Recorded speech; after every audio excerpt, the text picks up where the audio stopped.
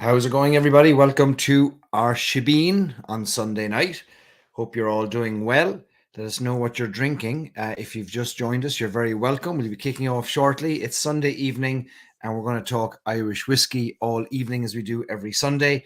The shebeen is a illicit, illegal, not on any map, guidebook, or brochure part of Irish culture, and every town or village has a shebeen, and it's this unmarked, unofficial pub where a bit of crack happens, the chat happens, whiskies are served, drink is poured, pints are had, and if you can't get into a pub or the pubs are closed, you go to the shebeen. So this is our shebeen, and we do it virtually every Sunday night. So we're going to talk about Irish whiskey. We're going to talk about the latest Irish whiskey releases. We're going to talk about some Irish whiskey history. We're going to talk about some upcoming events. And we'll talk about some of the best Irish whiskies from $50 all the way up to $100 that are in your glass. So, or that we recommend to put in your glass. If you're just joining us, thank you to Stacey for reminding everyone. Click the like button on your way in. It'll be very helpful.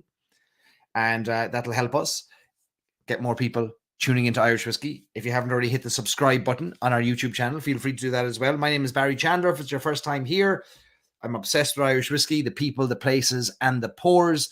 And my job is to share the stories and the sips of those things with you as often as I can. And so every Sunday night we do a little shebeen, and it's a chance for us to connect and get together virtually. So what are you drinking? What's in your glass? Pour something into that glass. Let me know what it is. Get comfortable. And we'll be kicking off here now in a minute with our Sunday night shebeen. Welcome.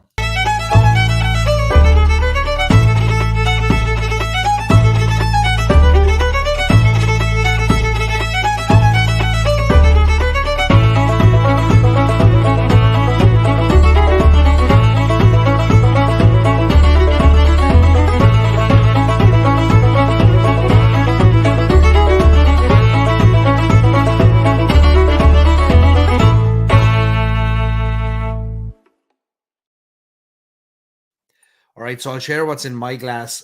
I got a request during the week from one of our club members, Stories and Sips Whiskey Club members, if I had any tasting notes for a whiskey, for a spirit he wanted to buy, which is this one here, which is Clare Island Single Malt. And Clare Island Single Malt is a spirit drink, technically not even a whiskey, although it was distilled as a, with all the intention of it being a whiskey. It was distilled in Connacht Distillery in County Mayo, not far from Ballina.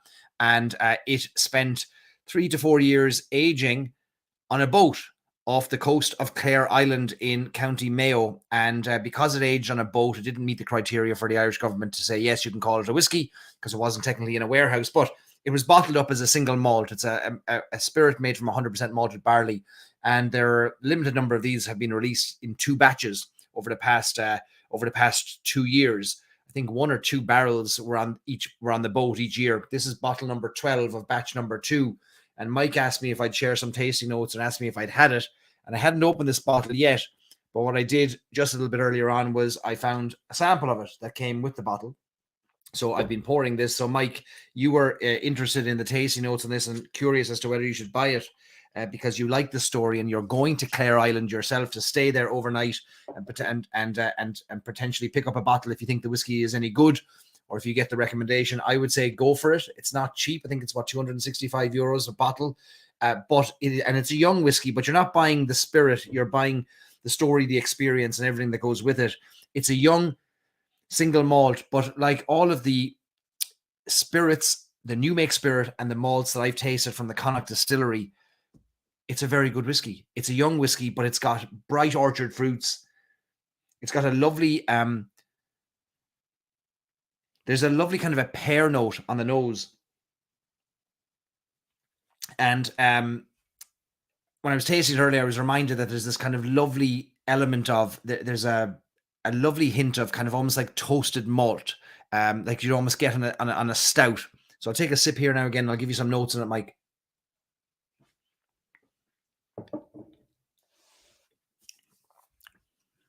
So there's a lovely kind of a pear note for me continues throughout. A little hint of chocolate, a little bit of spice. There's not a heat to it. I think this is bottled at about 46% ABV or 92 proof. And 46%, 92 proof. Not a hugely complex whiskey, but lovely flavors. It's almost like a lime, like a juicy lime candy note coming through at the end. Medium kind of finish, but a lovely, pleasant drinker. You won't be disappointed with this whiskey at all. And I know when you go to Clare Island, you'll most likely be able to order it by the glass at the bar as well. So not an overly complex whiskey, but some lovely flavors there, hovering between a kind of a pear, lovely kind of a malty, toasted malt note, some chocolate, and a little bit of spice there as well. It's nice whiskey. It's actually very nice whiskey. I could sip that now happily all night and not be at all disappointed. So, if you've just joined us, you're very welcome to the Shebeen.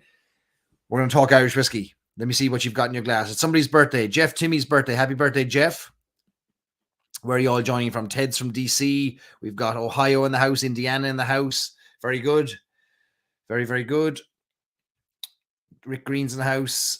Stacy, Johnny, Dan, Amy, Mark McKenzie. How are you all doing? Bob, all the Bobs. Kean's got Redbreast Kentucky Oak. All right. We are, Stacy's quick off the mark telling us her favorite $50 to $100 whiskey. A few of you, not just a few of you, 60 or 70 of you shared in our Facebook community this week your thoughts on what you consider the best whiskies at $50 to $100, and we'll talk about some of those this evening. We'll sip on some different whiskies. I'll sip on some of the whiskies that we'll talk about this evening. We'll also be pulling out, so I've got, in addition to some of the $50 to $100 whiskies, I've got that Clare Island single malt, which I'll finish off. We can talk more about that if you've got questions. I've got a bottle of Paddy Centenary. This is an old 2013 release. We're going to talk about that because we're talking about the history of the Cork Distilleries Company tonight. So our agenda for the night, while you're locked into the Shebeen with me, is very simple. We're going to talk about the Irish whiskey releases over the past week, some Irish whiskey news. We will talk about the best whiskies that I think are mentioned over and over again in the $50 to $100 price point range. We'll talk about those whiskies. You can scream and shout your objections and your disagreements with the choices, but we'll just talk about some of those price points and some of those whiskies. We'll talk about the history of the Cork Distilleries Company, a very important company in the evolution of in the last 150 years, 160 years of Ireland's whiskey history, and the role they played in today's whiskey industry. Quite an interesting topic, so we'll touch on that. We'll talk about some upcoming events. And if you've got any questions about Irish whiskey, throw them into the chat. If I don't see them, somebody else will no doubt see them and answer them. I'll do my best to answer any questions. These are just kind of informal chances to get together, any excuse to have an old sip of whiskey, and it's nice that we get to see each other, at least virtually anyway, once a week and talk about all that's going on. All right, some interesting whiskies there that you've all got in front of you, from Tullamore Dews to Teeling single grains. Middleton Very Rare for Kristen. She's going top shelf. All right. Waterford Gaia for Jeff. Very good. Very good.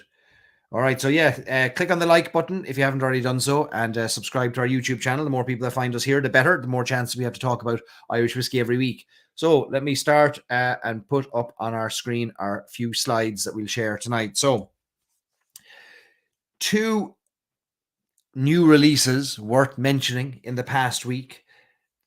They're worth mentioning, but you may not have a whole lot of interest in them. But in any case, I thought the best thing we can do every week is, without discrimination, without commentary, without bias, we'll just share some of the things that have been released over the past week. And with no further ado, we'll start with this Proper 12 Apple Spirit Drink. Let me put that up in a bigger size there so we can see it. Proper 12. Your favorite whiskey. I know you well.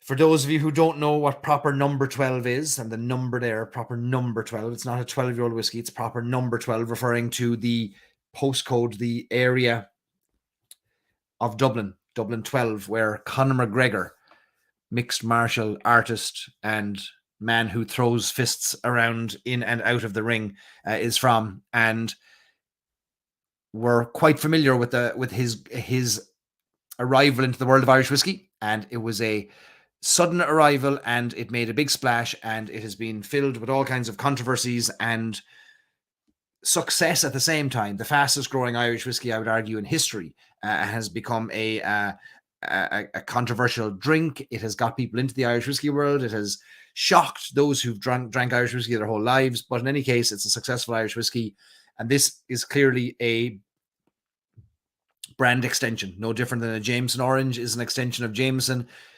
Proper 12 Apple is an extension of Proper 12. It's not a whiskey because you can't have flavored whiskies in Ireland. You can't have such thing as a peanut butter or an orange flavor or a apple flavored whiskey.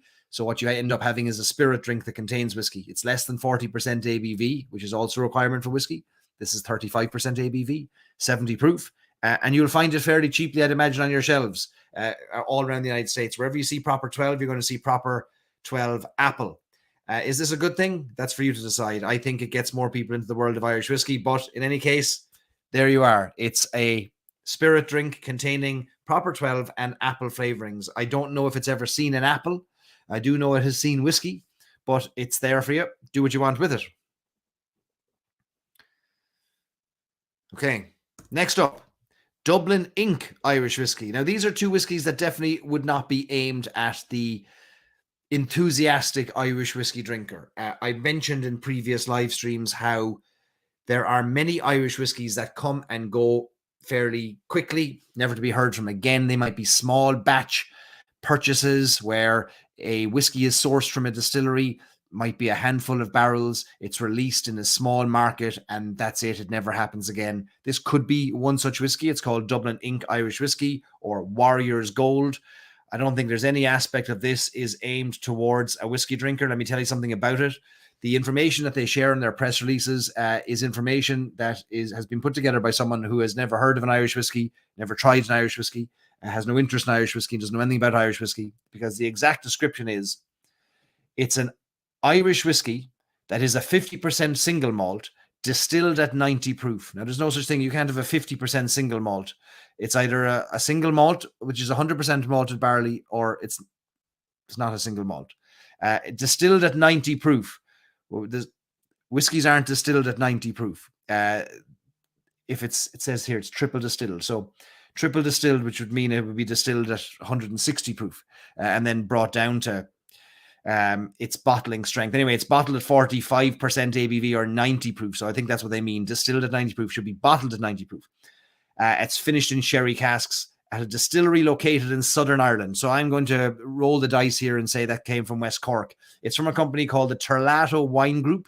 They're an importer of luxury wine, spirits, and non-alcoholic beverages. And this is a partnership with Stephen Nathan, founder of Guangxi. I don't know what that is, and a former managing director at the Distill Group. So that's going to be available for $55 in New York, Chicago, and select locations in Southern California.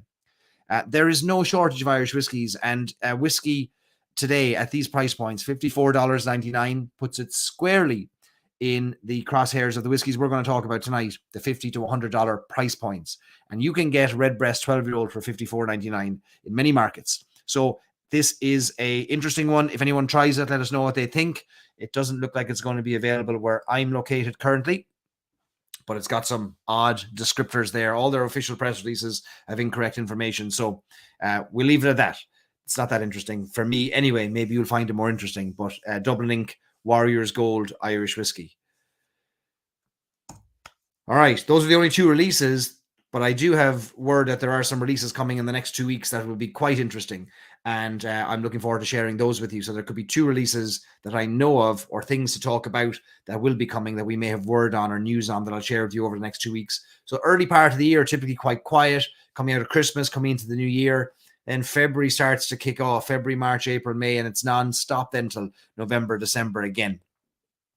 Some Irish whiskey news. The good news is that despite Dublin Inc. whiskies and apple-flavored spirits being the only releases of the week, there's good news in the camp of Irish whiskey, and that is for the first time ever, Irish whiskey exports hit 1 billion euros. And that is a massive, massive number. Never in history have Irish whiskey exports hit that number. It's remarkable considering we're coming out of a COVID year, considering the challenges associated and how many distilleries and brands struggled and limped along to get through COVID. And now we can see that in 2022, exports hit 1 billion for the first time, which is remarkable. I'm going to pull up some information that I'll share with you on that because there's some quotes. So in 2021, the export value for the category was in the region of 850 million. And in 2022, it got as high as 1 billion. And according to the director of the Irish Whiskey Association, William Lavelle, breaking €1 billion €1 billion in export value represents another important milestone in the Irish whiskey renaissance and confirms the importance of our unique all-island industry to our shared economy, north and south. And 2021 was a massive year in terms of, which was the previous year reported on, where 14 million cases of whiskey were sold. And there are, I mean, the goal is to get to, I think, 30 million cases within the next 10 years. So the good news is that exports are growing. The United States is still the biggest individual market by country, but Asia, Africa, massive markets, parts of Eastern Europe, Western Europe, still big markets for Irish whiskey, and massive expansion opportunity in the underdeveloped markets that haven't been saturated. Like the US market has had a strong focus now for the past 20-25 years. Many other markets that would have similar, if not larger, populations are still at the first year of that of an approach by Irish whiskey. So you can imagine over the next 20-25 years what would happen if they all decided, yeah, Irish whiskey is where we want to be at, and we're going to abandon our sugar-made whiskies that you'll find in India, or our Scotch, for example, that's done such a storming trade around the world. So that's good news. We should celebrate. We should celebrate with a whiskey. Like it takes us, like we need some reason to drink whiskey, like in this group. Mark says 999 million of that is Jameson. There's no doubt that I would say, I think the number varies depending on who you listen to when, but 85% plus of Irish whiskey is Jameson. There's no doubt about it. It's the elephant in the room. It's the shoulders on which all the other brands stand, and it's great news for the industry, because to have a whiskey as good as Jameson be your entry level product and your mass market product means that as you go up from there, you're getting into really great, very high quality whiskeys. We're still very lucky in Ireland that we don't have bad distilleries or really bad whiskies. And so the name of Irish whiskey has managed to stay extraordinarily positive, which doesn't always happen. And so we hope that can continue as the category grows. But yeah, long may Jameson grow, and long may all the other brands maybe find their way into markets that have been opened up by the likes of Jameson, thanks to their investment. All right. Let us get into it. Let's get into our best Irish whiskies, $50 to $100. Last week, we talked about the best Irish whiskies up to $50, $0 to $50. Strangely, nobody was able to find a $0 Irish whiskey. I think we started around $18, $19, $20 Paddy Irish whiskey, Hellcat Maggie Irish whiskey, and then worked our way up to $50. $50 to $100, I think, is the range that you'll find most enthusiasts. And in our community, our Stories and Sips community, this is where most whiskey consumption tends to be, in this range. This is considered super premium in terms of categorization, in terms of data gathering. $50 to $100 would be considered super premium whiskeys. In fact, I think premium whiskeys start at like $30, $35, strangely, which is very low. But these would be kind of super premium. And then when you get up to the Redbreast 27s of the world, you're in this hyper premium category. So $50 to $100, there's a lot of availability. There's a lot of breadth in that price range. And I think no matter what you like, the style you like, you'll find something in this $50 to $100 range. When we asked in our community this week, what do you like the best in this range? There was a lot of unanimous answers in terms of the old reliables that we'll talk about in a second. So it seems like there's some really dominant players in the $50 to $100 range. And I think pot still whiskey is the one that shines in this price point. You're moving out of blends. You're moving into malt, single pot still. So I thought we'd gather some of them here that got mentioned the most in the category that I want to talk about, that I think are great value for money, that are all either available right now in the United States or are on a boat on the way to the United States to be available. So the criteria we used for talking about these was readily available on shelves in the US for between $50 and $100, and that they provide a snapshot of the category that covers as many styles as possible. Now here, what's interesting is a $50 to $100 grain whiskey is quite difficult to get. Single grain whiskey, it's there, but it's not very widespread. So you tend to find single malts, pot stills, and some super premium blends at this price point. We wanted these whiskeys as well to be more interesting than uninteresting. So to me, I want there to be more than just the liquid. For example, Great Northern Distillery makes very good whiskey. I'm going to sneeze. Here comes the sneeze. Excuse me. I couldn't hit the mute button fast enough. Great Northern Distillery makes really great whiskies. But if everybody who sources their whiskey from Great Northern packaged it the same way, just labeled it up the same way, didn't have anything interesting about the story of the people, what they wanted to do with it, maybe how they finished the whiskey, it would all be quite boring. So we're looking for something interesting. We're looking for some angle to connect with. And I believe that we do need some connection beyond the whiskey. So if all the whiskeys are good, then we look for the next thing up. But the whiskey must be good to begin with. There's no doubt about that. We're not looking for bad whiskey with a good story, but rather, if all the whiskeys are good, help us connect a little bit more with it. Maybe there's some vision of the founder that we kind of like, we can get behind. We like what they're trying to do. We believe in their cause. We like how they approach wood management, how they finish their whiskeys. We like how they blend their whiskeys. So we're looking for something interesting when we talk about these whiskeys as well. All right, so let's put up my screen a little bit larger. Let's start with we have to start with the one that's mentioned the most, Redbreast 12. 12 years old. There are whiskies in that bottle that are older than 12, 12 being the youngest in the bottle. Redbreast 12 has been on a wild growth streak over the past 5 years. Sales are way beyond expectation. I think last year was the first year, if I recall, that Redbreast crossed 100,000 cases, almost a million, more than a million bottles, 1.2 million bottles of Redbreast, all ages. 12 is the most popular, the most commonly sold by volume. It is the most sold single pot still whiskey on planet Earth. It is the most awarded single pot still whiskey. And it's the standard, I think, by which we measure an awful lot. Because when I see whiskies being released at a price point or an age similar to this, I always see comparisons like, well, for that price, I could get Redbreast. For that age, I'd rather go for Redbreast. And it is a standard, isn't it? So it's not surprising that it's mentioned the most. And the good news is that Redbreast 12-year-old is the most available of all the Redbreast range wherever you are. I think almost every state would have Redbreast 12. If you can't get it in your state, I'd be curious to know where you are. And but I mean, it is like, yeah, Bob says, I call it a gateway whiskey. It leads you down the road to the more expensive stuff. It is a great way to get into pot still whiskies.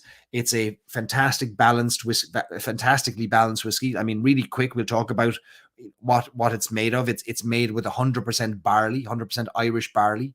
It is triple distilled, made in the Middleton Distillery in County Cork.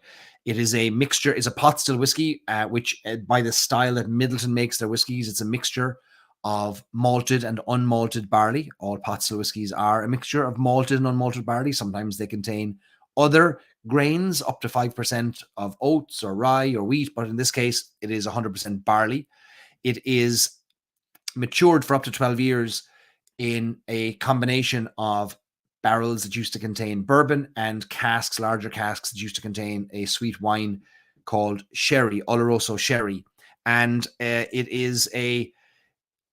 it's been around for a long time. This is a whiskey that was inherited by the new Middleton Distillery, really, because it used to be made in the old Jameson Distillery in Dublin. We can trace it all the way back to about 1912 would be the first mention of Redbreast. It was created by a whiskey bonder, a company called W&A Gilby, who set up shop in Dublin in the 1850s. They had a business that involved importing wines and spirits from France, Spain, Italy, bringing them in barrels into Dublin, bottling up those products and selling them on to consumers. In the late 1800s, they were buying a lot of pot still whiskey from the Jameson Distillery back when Irish whiskey globally was the most sold whiskey. And Gilby's at one point had more whiskey maturing in their cellars than Jameson had in Bow Street Distillery.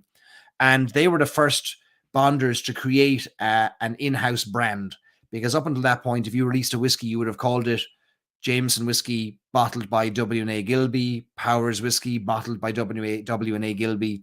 But they took their empty sherry casks that they had emptied of the wine that they brought in from Spain. They took them over to the Jameson Distillery. They had them filled up with pot still whiskey, and they matured them in their cellars for around 12 years. And Redbreast 12, the first mention of it is in 1912. And it was a Redbreast liqueur whiskey made by John Jameson and Son. So it's been around for a long time, almost unbroken since 1912. There's probably about a 9-year period in the 1980s where it wasn't available. But it is a very much a big focus of the Midleton Distillery now. So Redbreast 12, a great, great gateway. If you have any friends who are bourbon drinkers or Scotch drinkers, sit them down with a drop of Redbreast, room temperature, warming it in your hands in your glass, and let them sip on it and enjoy it. It's a beautiful, beautiful whiskey. Dollar for dollar, Redbreast 12 is one of the best available, says Ted. Yep, I can't argue with that.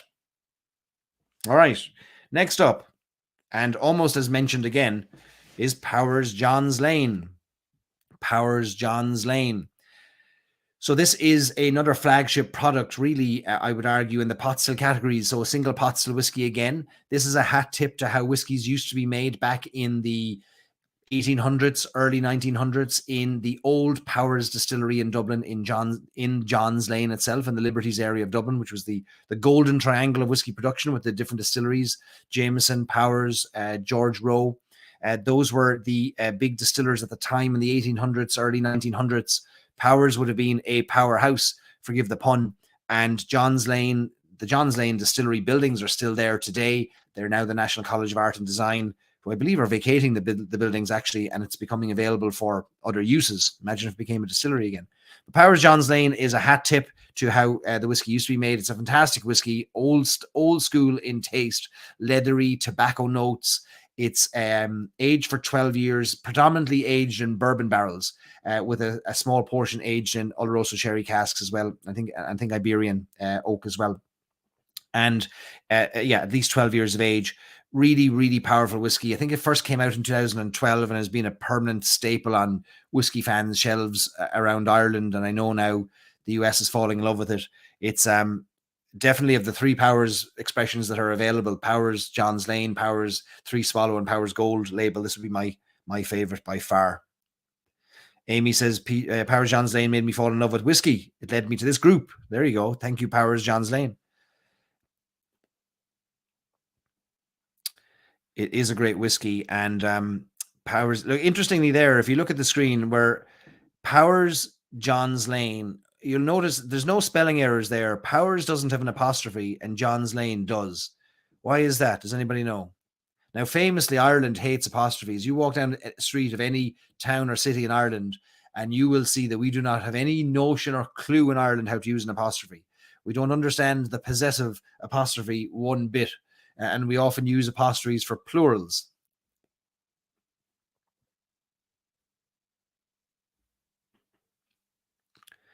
Kristen says, John's Lane, your first ever love in Irish whiskey. Always have a bottle myself. Now, Powers, Kristen says, because Powers is the brand and the lane belongs to John. The teacher with a good answer, but not technically the right answer, because historically Powers did have an apostrophe in it. So believe it or not, prior to 1966, Powers, which was technically owned by the Powers family, had an apostrophe in it because it was the whiskey or the distillery that belonged to the Powers. In 1966, when the merger took place of Powers and Cork Distilleries Company and Jameson, it was no longer Powers family's, the Powers family's distillery and the Powers family's whiskey. So Powers became my camera's gone, is it? Hopefully you can still hear me here. 1 second, let me get my cam going. It became the Midleton Distilleries or Irish Distillers whiskey. How do I start this camera? Why is it not working? All right.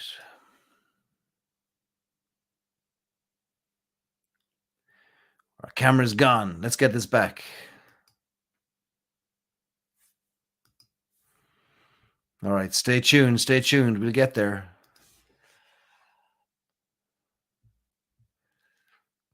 We got the side camera. We got the FaceTime camera. That's not a great one. Let me see. We might have run out of, my battery might have died. Bear with me there now for one moment, and we will fix this camera. All right. Rick says we can hear me. Okay. We'll keep going like this. Let me just re-plug in my camera here. I've been testing new batteries and all kinds. Give me 1 second.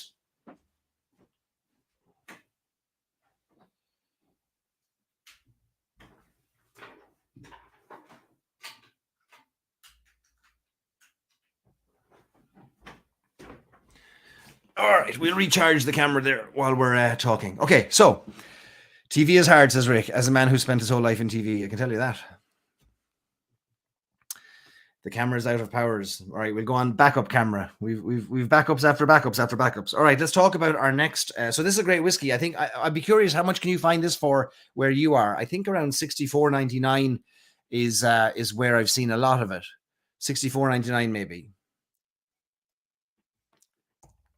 Next up, so we're sticking with pot still whiskies for the moment because I think there's great value to be had in the Method and Madness whiskies. They're not everywhere yet, but Method and Madness is about to be relaunched in the US in a big way. They have found their way to certain states. Pennsylvania had them.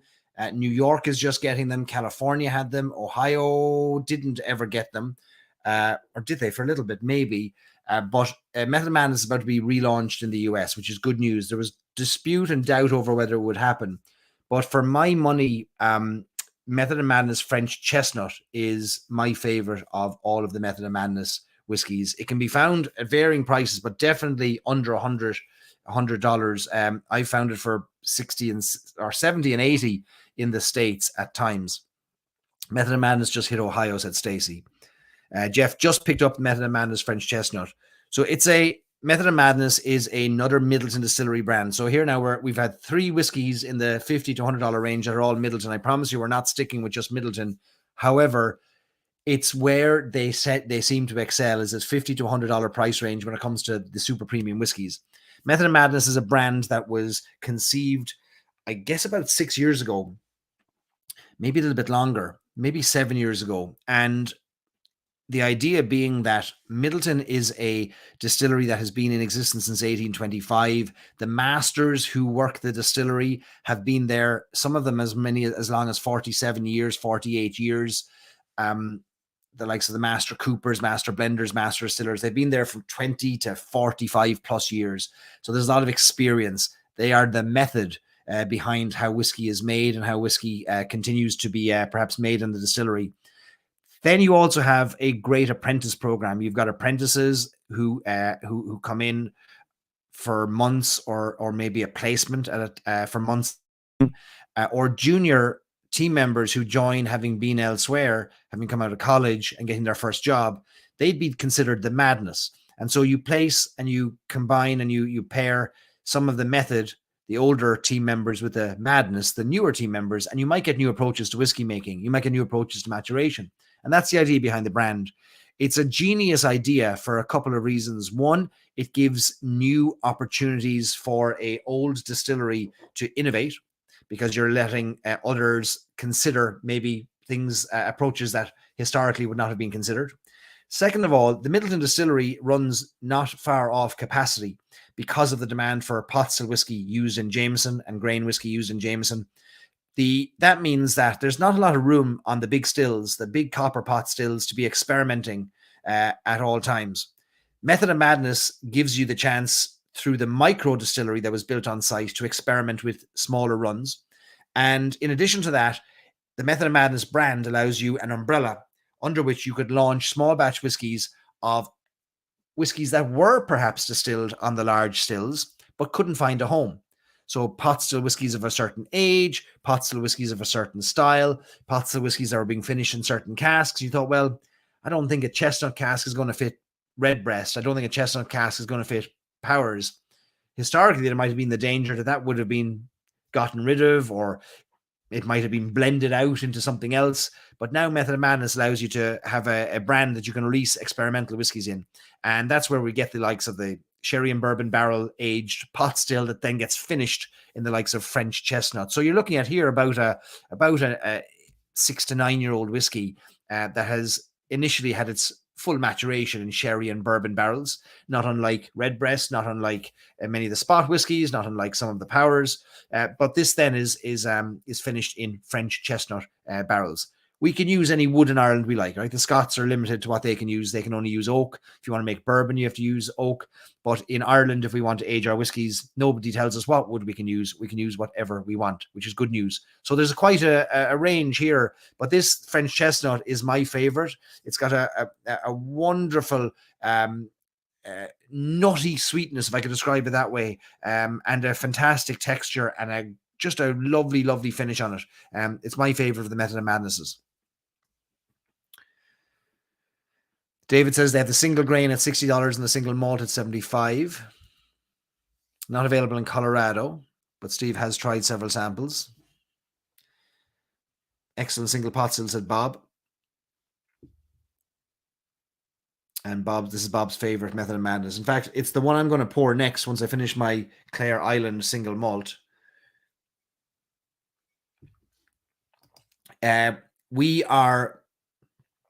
Stacey is the biggest cheerleader in our comments tonight, telling everyone hit the like button. Don't argue with Stacey. She knows what she's doing. Jeff says the Method of Madness Japanese cedarwood blew my mind, so I picked this up today in Maryland. So lots of experimentation. Last releases were all Japanese related. Three different Japanese finishes, aged from anywhere from 6 to 9 years all the way up to 33 years of age. We will be tasting a 33-year-old Method of Madness that was partially aged in Japanese oak and Mizunara casks at our meet up in the Dead Rabbit in just 2 weeks' time. What date have we at the moment? 16th. 2.5 weeks' time. 3 weeks' time. We will be tasting Method of Madness Mizunara cask, 33 years of age. So I expect there'll be some interesting releases from the micro distillery over the coming years, because they're experimenting with different mash bills. They're experimenting with different yeasts. So it's a great chance to try innovation in a smaller version of the big distillery. If you've ever been to the Middleton distillery, you'll notice the micro distillery, which is a triple distillation operation, 3 small stills, and there's a gin still in there as well. And it is a chance to, maybe take some risks without the expense of firing up the big stills or taking up the distilling time that the big stills need for the allocations or the projections they already have.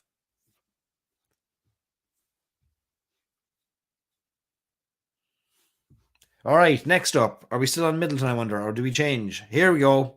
So let's talk about a single malt. This is the first single malt in the $50 to $100 price range. Knap Oak Castle 12-year-old. Knap Oak is also about to go through a bit of a relaunch, and you're going to see more from this brand, and I'm glad we are. You might not realize it, but Knap Oak Castle, of course, it's another Middleton brand. I forgot. It's owned by Irish Distillers now. It was acquired as part of the purchase by Pernod Ricard of Castle Brands. And Castle Brands is the creator of the Knap Oak Castle brand, going all the way back to the Knap Oak 1951. But also they were the owner of Jefferson Bourbon. And Jefferson Bourbon is bourbon that's famously aged at sea. And Pernod Ricard wanted the Jefferson's brand. And to buy the brand, they also picked up Knap Oak Castle, Clontarf, Irish whiskey as well. So it's now part of the Irish Distillers portfolio. Knap Oak Castle is today, and for the last number of years, in fact, for most of the Knap Oak Castle life of the single malts, it has been distilled at Bushmills.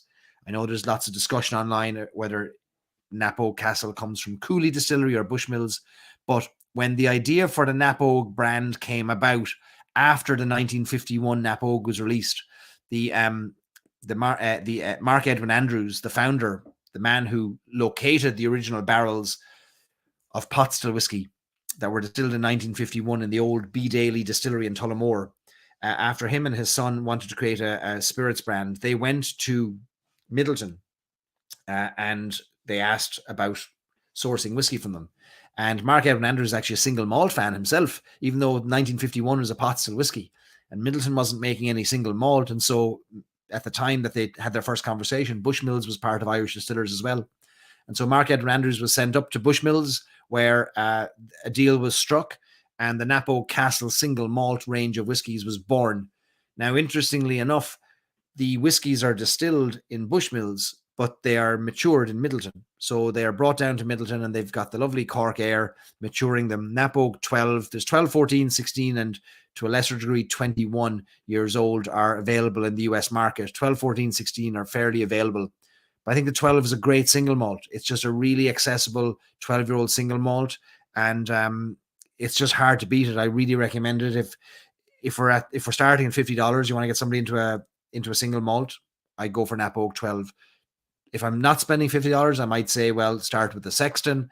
move up to Nap Oak 12, but I think it's available sometimes for even less than $50, as far as I know. There you go. Ted says in the DC area, it's under $50. An excellent 12-year-old for the value. I agree.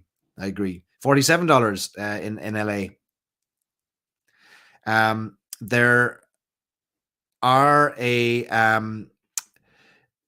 are developments that will be announced in the coming month with Nap Oak Castle, so stay tuned, and we'll have some information for you on Nap Oak Castle. Interestingly, there is one of the masters in Middleton, the master of whiskey science, who you don't hear much about. His name is Dave Quinn. And Dave Quinn's name is on many bottles of whiskey in Bushmills. If you go to the visitor center in Bushmills and you look at their cabinet, you will notice even those whiskeys that are famously the single casks from around the time of the millennium.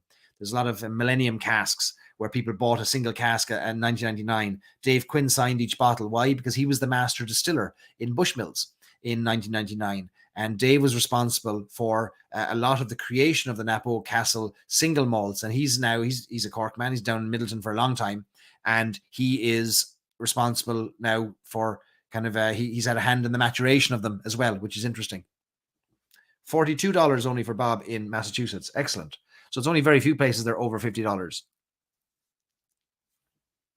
Next up, we're moving away from Middleton and we're going peaty. We're going dark. We're going to the dark side and we're going to Teeling Black Pits. So here's a recommendation around $64, $65, depends where you are.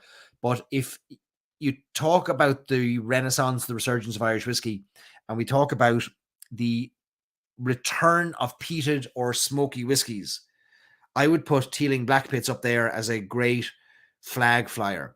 You can get smoky peated whiskies for less than $47 or less than $64, $65. You can get the silkies, the silky blends for $35, $36 around the United States. But if you want a peated single malt, at the lower end of the price point, you're looking at Connemara or you're looking at Teeling Black Pits. Teeling Black Pits is where I'd spend my money. There's also a Teeling Black Pits cask strength. This is a whiskey that is distilled entirely in Dublin. So many of Teeling's whiskies are sourced whiskies that they brought with them from Cooley Distillery and some from Bushmills Distillery that were part of their stock, especially the older stock that gets released. Anything older than 6 years, I think 7 years, is not distilled in Dublin. Maybe less, maybe 5 years. The Black Pits is distilled in Dublin. It is aged by Teeling as well. They age their whiskies in Dundalk and they don't just age their whiskies in Dublin. No distillery ages their whiskey in Dublin except for one room, and that is in the Jameson Distillery, the Bow Street Distillery in Dublin. There's one room. That's the only room that's legally allowed to age whiskey in Dublin because of fire regulations. But in any case, Teeling Black Pits is... Black Pits refers to the area, the neighbourhood in the Liberties that is right behind the distillery in Newmarket, the Teeling Distillery in Newmarket. That's the Black Pits area. And old historic part of Dublin, famous historically for leather making, whiskey making, distilling, brewing, real working class historical part of old, hardworking Dublin. David says, great peated whiskey, nice Highland peat use. Stacey says, Black Peat is a good one. And a lot of you have yet to get the Black Pits. I've yet to get a full bottle of it, and I want to get a full bottle of it. I've had a sample of it.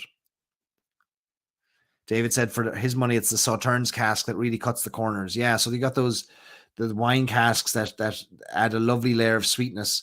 And younger whiskies tend to work best with peat. So you get a younger single malt, 4, 5, 6 years of age. It's going to do better with the peat than an older whiskey is. $110 in Central New Jersey for Kevin and $80 in Austin. All right, so it varies, and I suppose you've got your lovely 3-tier system in the United States to thank for the different pricing and the federal system of controlled states and open states as well. All right, let's look at the next whiskey, and this time we're going to a whiskey bonder, and Stacey cracked open her bottle at the start of the night. J.J. Corrie's The Gale is another recommendation in the $50 to $100 price point.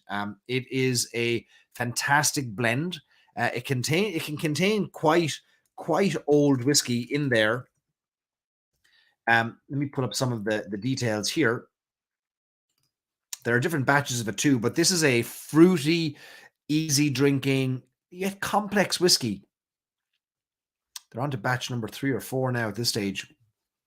Some of the oldest whiskies that J.J. Corry blends are included in the Gale. So for those of you who are not familiar with J.J. Corry is a whiskey bonder started by Louise McGuan, a drinks industry professional herself. She has worked in large drinks companies, and on her own family farm in the west of Ireland, in West Clare, on the coast, the west coast of Ireland, she has started amassing a library of spirits. And she's bought whiskies and new make spirits from distilleries all over Ireland, and she blends them together to create unique, bespoke expressions sometimes, and then more widely available releases like the Gale. And the Gale is named after a bicycle, which a man called J.J. Corry invented, a style of bicycle that was invented by Mr. J.J. Corry. He's no longer alive, but Louise brought this brand back. She resurrected this extinguished brand. Apparently, it took 2 years to build this whiskey, and it contains whiskies between 7 and up to 26 years of age, which is extraordinary. It's bottled at 92 proof or 46%. Really kind of stone fruits, ripe fruits, orchard fruits in J.J. Corry's The Gale. I have a bottle of it here. Where am I showing it? Which camera? Right here. There's the Gale. Amy's got batch 1. What do I have here? This could be batch 1 as well. I think if it doesn't say it, it's batch 1, I think.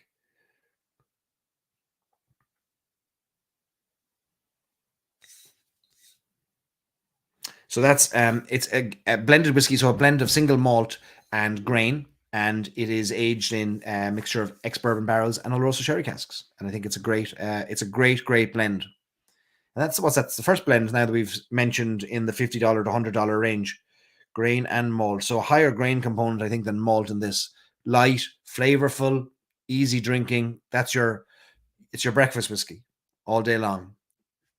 Stacey says, best blended whiskey. Jeff has his own blend from Louise coming in a couple of months. Rick says, yet to meet a J.J. Corry I didn't love, and I've met some J.J. Corry. Very good.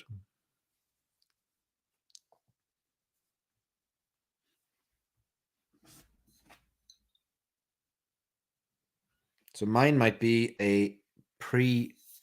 mine has no batches on it. So this might have been, maybe Louise gave me this one from the farm. Might have a different label. No batches on mine at all. For those of you who don't believe me.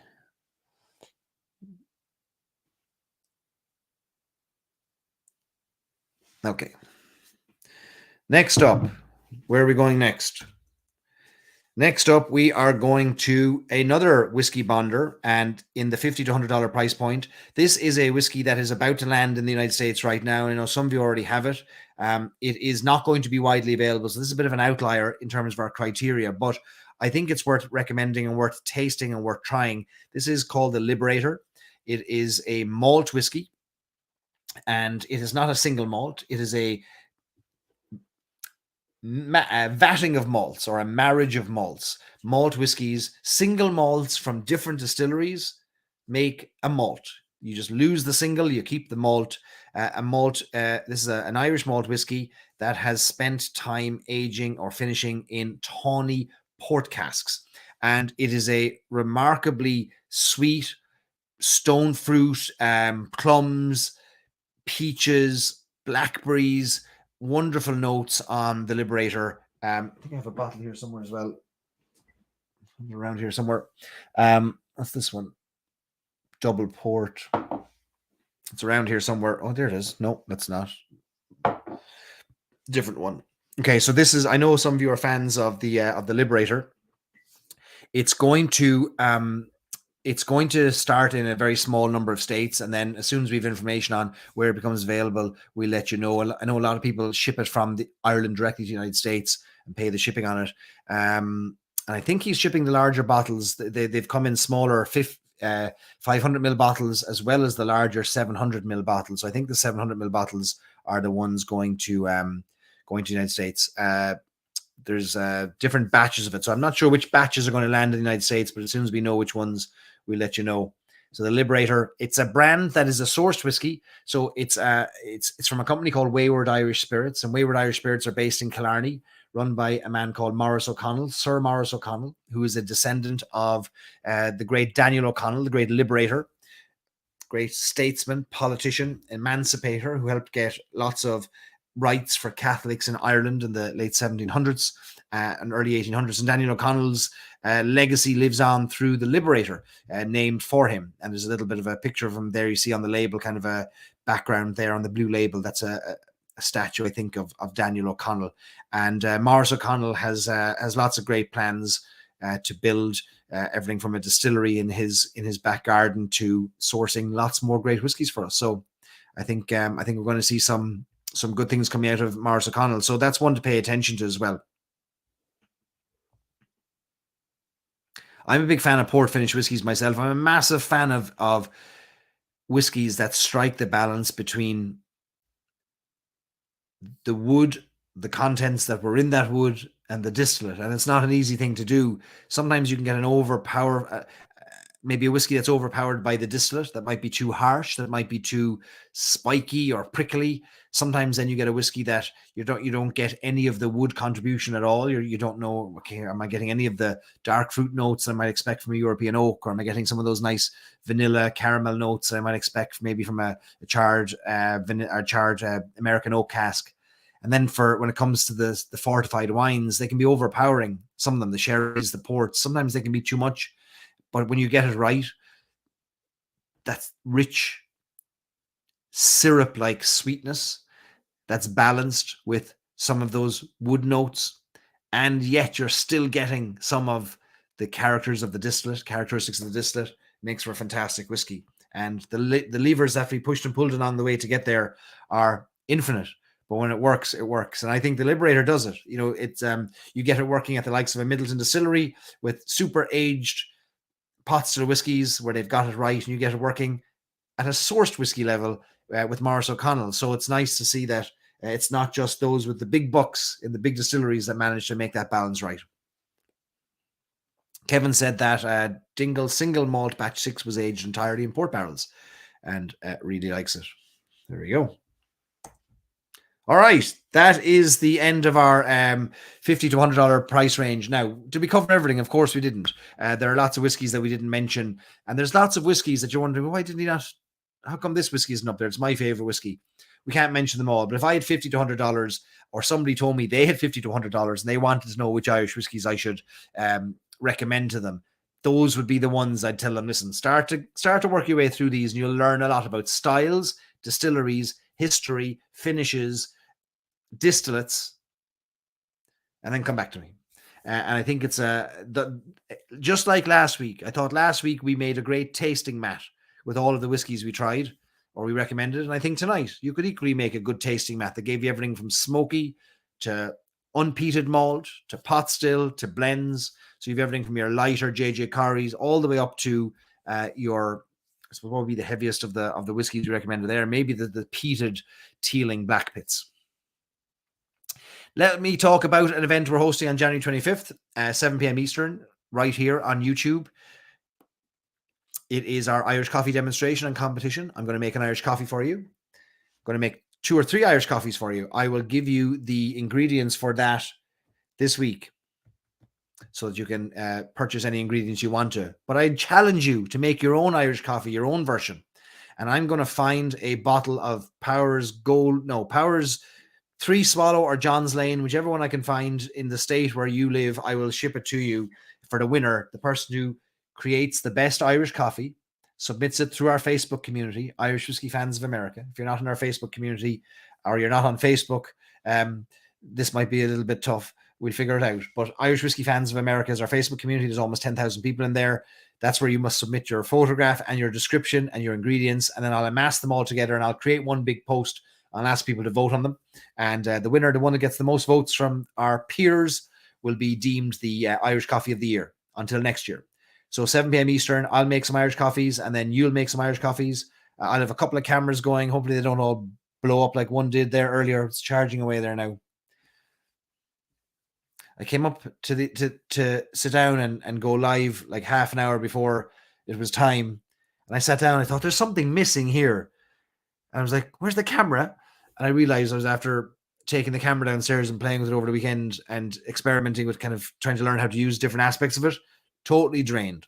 Totally drained. No backup battery, powered up, nothing. I was unprepared.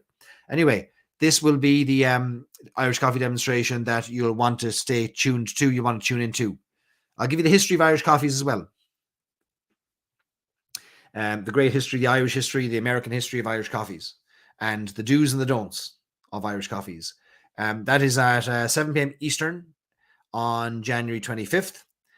We'll be live for about an hour, I expect. And then I have to pack up because I'm heading to Belfast and Northern Ireland for some whiskey adventures to bring you some more behind the scenes stories and potentially some launches from some things happening up in Northern Ireland in next week. So 26th, I'll be on the road to Belfast, and I'll have more information to share with you on some things that are happening around then as well. But it won't stop our fun on the night. Peated Irish whiskey makes great Irish coffee, says Stacey. Well, how about that? I think you should be throwing up your suggestions there. Maybe entering that.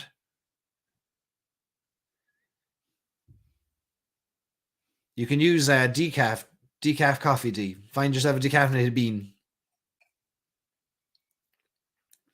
Or make it and have one sip. It's earlier for you than it is for me. I'll be sipping it at 1 o'clock in the morning. There'll be no sleep.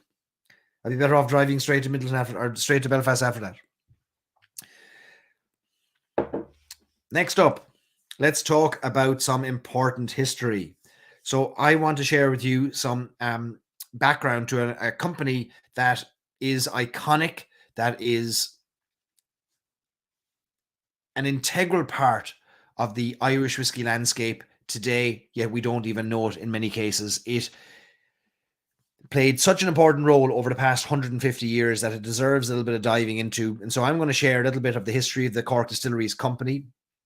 Cork is today the county that makes more Irish whiskey than any other place on earth, thanks to the Middleton Distillery in County Cork, and thanks to the Jameson that is now made there. We wouldn't have the Middleton Distillery today if we didn't have the Cork Distilleries Company.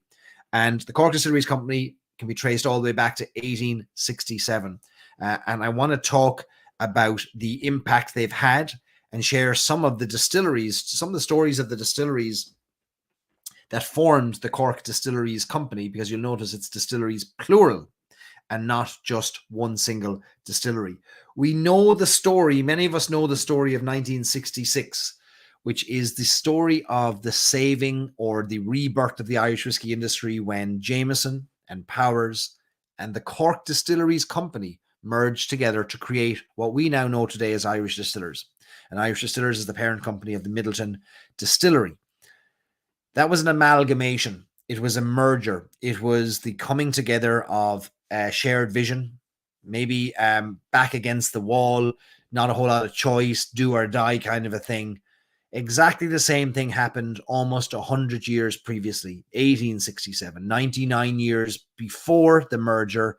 There were similar mergers happening, similar amalgamations that did exactly the same thing, which was try to save Irish whiskey, try to get Irish whiskey on the right track. Cork has played a massive role in Ireland's whiskey history, no different than Dublin has, Belfast has, certainly.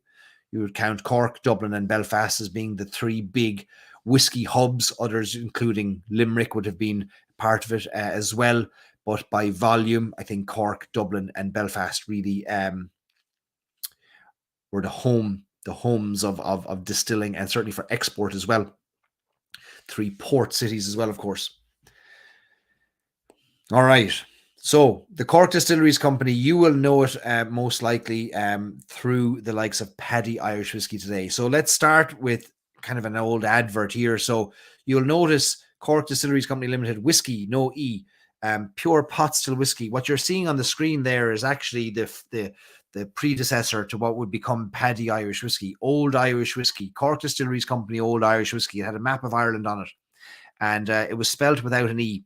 As famously, the Dublin distillers differentiated their whiskey from how most of Ireland spelt theirs, which was without the E. Dublin decided to stick the E in there as well. Now we have records of there being both spellings throughout the years, but that's one fairly consistent story we can probably stick to. In any case, Cork Distilleries Company, they made pot still whiskey, and they made the whiskey that would become known as Paddy Irish Whiskey. Based in Cork, this company was the amalgamation of a number of distilleries. Back in the 1700s, the 1800s, distilling in Cork was concentrated mostly on the north side of Cork, mostly in the Blackpool area of Cork, which, for those of you who are familiar with Cork City, familiar with the Heineken Brewery, which is the former Murphy Brewery. Murphy Stout is made in the Blackpool area. This is the area where there were many, many distilleries. In 1867, 4 of the distilleries came together: the North Malt Distillery, the Green Distillery, Watercourse Distillery, and Daly's John Street Distillery. All of these distilleries would have been within 2 miles of each other, 2 to 3 miles of each other. In 1868, Middleton Distillery joined. You think about 1867, this was the Irish whiskey now had started to decline.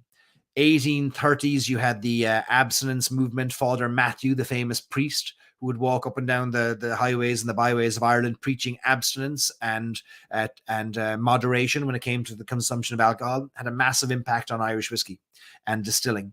1840s saw the Irish famine decimate our population, send millions to their graves or to different parts of the world. So by the time the 1860s came along, distilling was struggling. Many of these small distilleries didn't have the route to market anymore. They didn't have the audience anymore. Domestically, half their market had died or emigrated. And so in 1867, the idea came about by the Murphy family.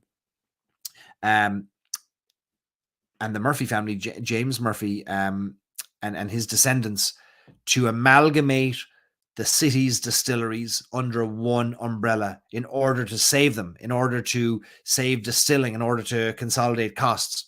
And those 4 came together: North Malt, Green Distillery, Watercourse, Daly's, and then eventually the Middleton Distillery.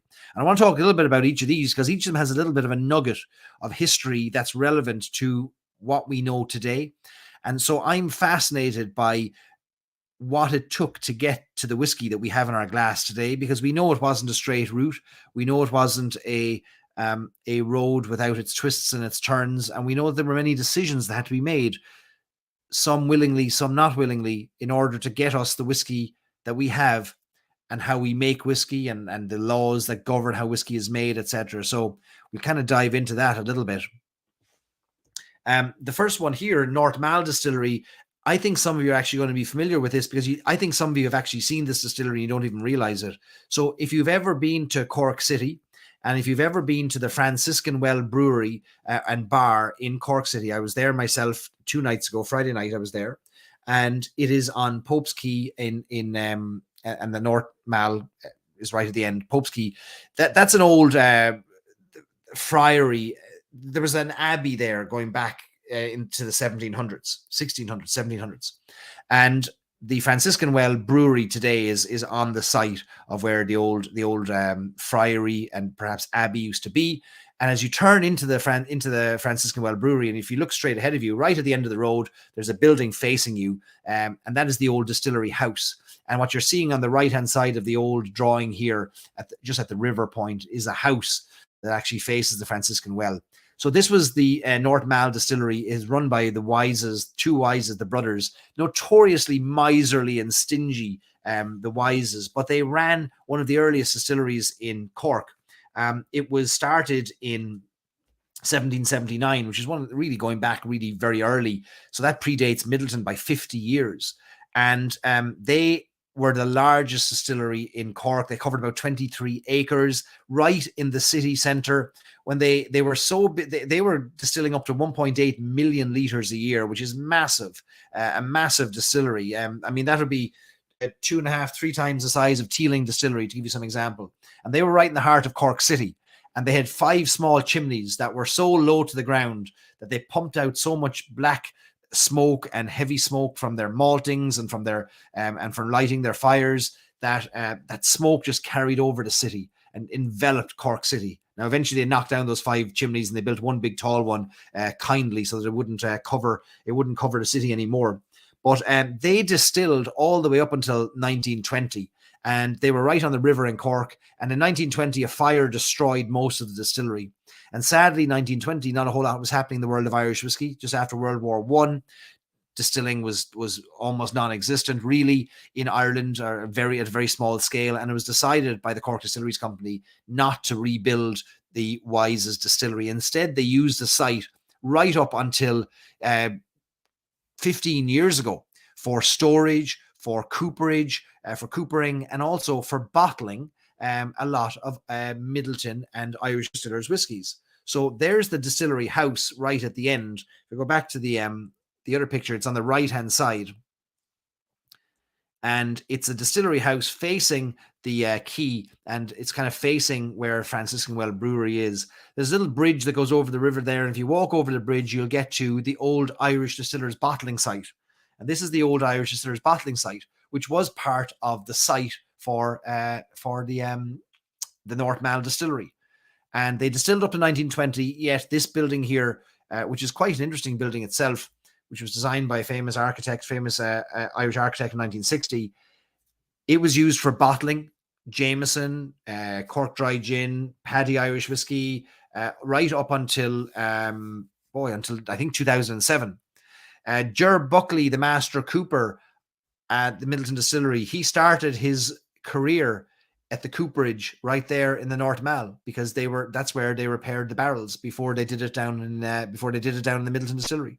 So a lot of history right there. This is it in its heyday back in the 1960s and 70s.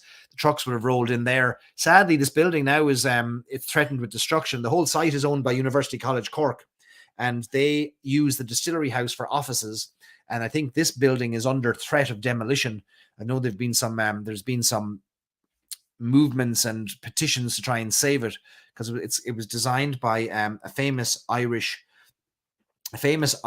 architect by the name of Daly, isn't it? John Daly, or not Daly, Murphy, Frank Murphy.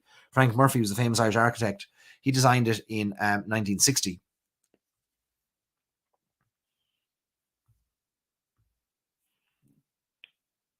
But yeah, a real nice bit of history. There's a thing called the Cork Whiskey Walk, which is run by Eric Ryan, who's one of the distillers in Middleton, and he takes you on the walk through all along the river and along the bridge there to see this. If we on the whiskey bus, we'll talk about later when we go to Cork. If we do go to Cork, I'll take you all here and I'll show you this distillery, because we can go to Franciscan Well for a pint, but I'll show you this North Mall distillery.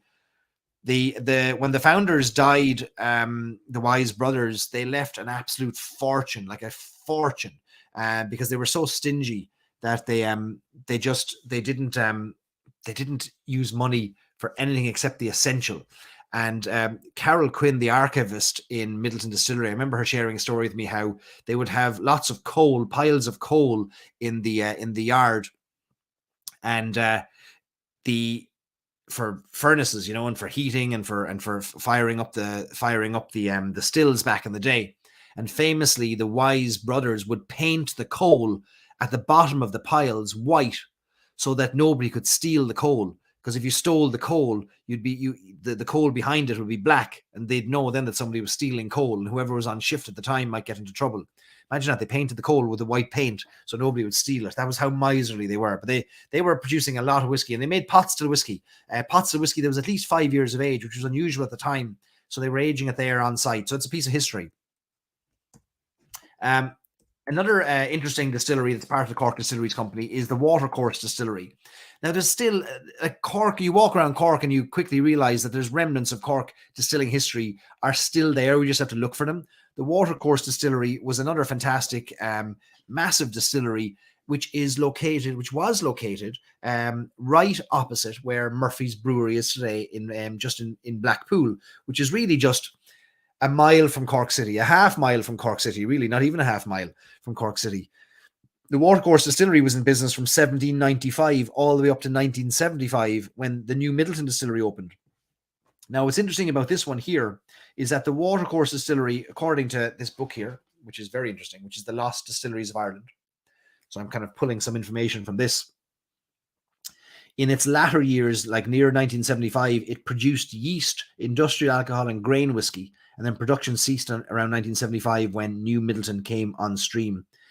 This is an interesting distillery because it was founded by two men, one of whom is named John Hewitt, and Hewitt's whiskey was famous whiskey that was made in Cork, made in Watercourse, or made initially in the Watercourse Road, and then eventually the whiskey was made in Middleton, and it was a blended whiskey, which was unique at the time. Now, back in the 1970s, 1980s, you could have got this. It was a kind of a hat tip to how whiskey used to be made in Watercourse, but it was a blend of two different malts, Bushmills malt, Middleton malt, and then Middleton grain whiskey. Now, Middleton don't make malt really very much at the moment. They make micro-distilled malt. I think maybe they do one run of malt a year. But they were making malt back in the 1970s in some quantities that Hewitt's whiskey was actually quite available. It was kind of a cheap blend of malts and grain back in the day. But today, the remains of the distillery are quite visible. If you drive from Cork out towards the Limerick Road, out towards Blarney or out towards Blackpool, you'll pass these big old warehouse buildings. They were part of the Watercourse distillery, and they're still there today. They're kind of storage and offices, maybe some accommodation there as well. So there's evidence of it everywhere we go.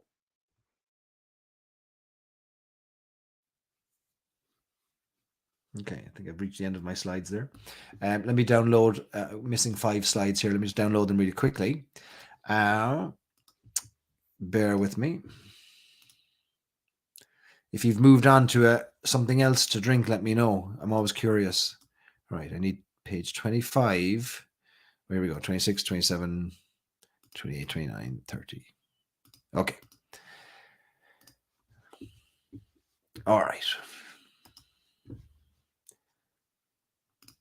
There are limits to the size of the slides I can upload it turns out. So I have to keep downloading the most up-to-date, or kind of, I have to download the whole slide deck in like 4 pieces. Here we go.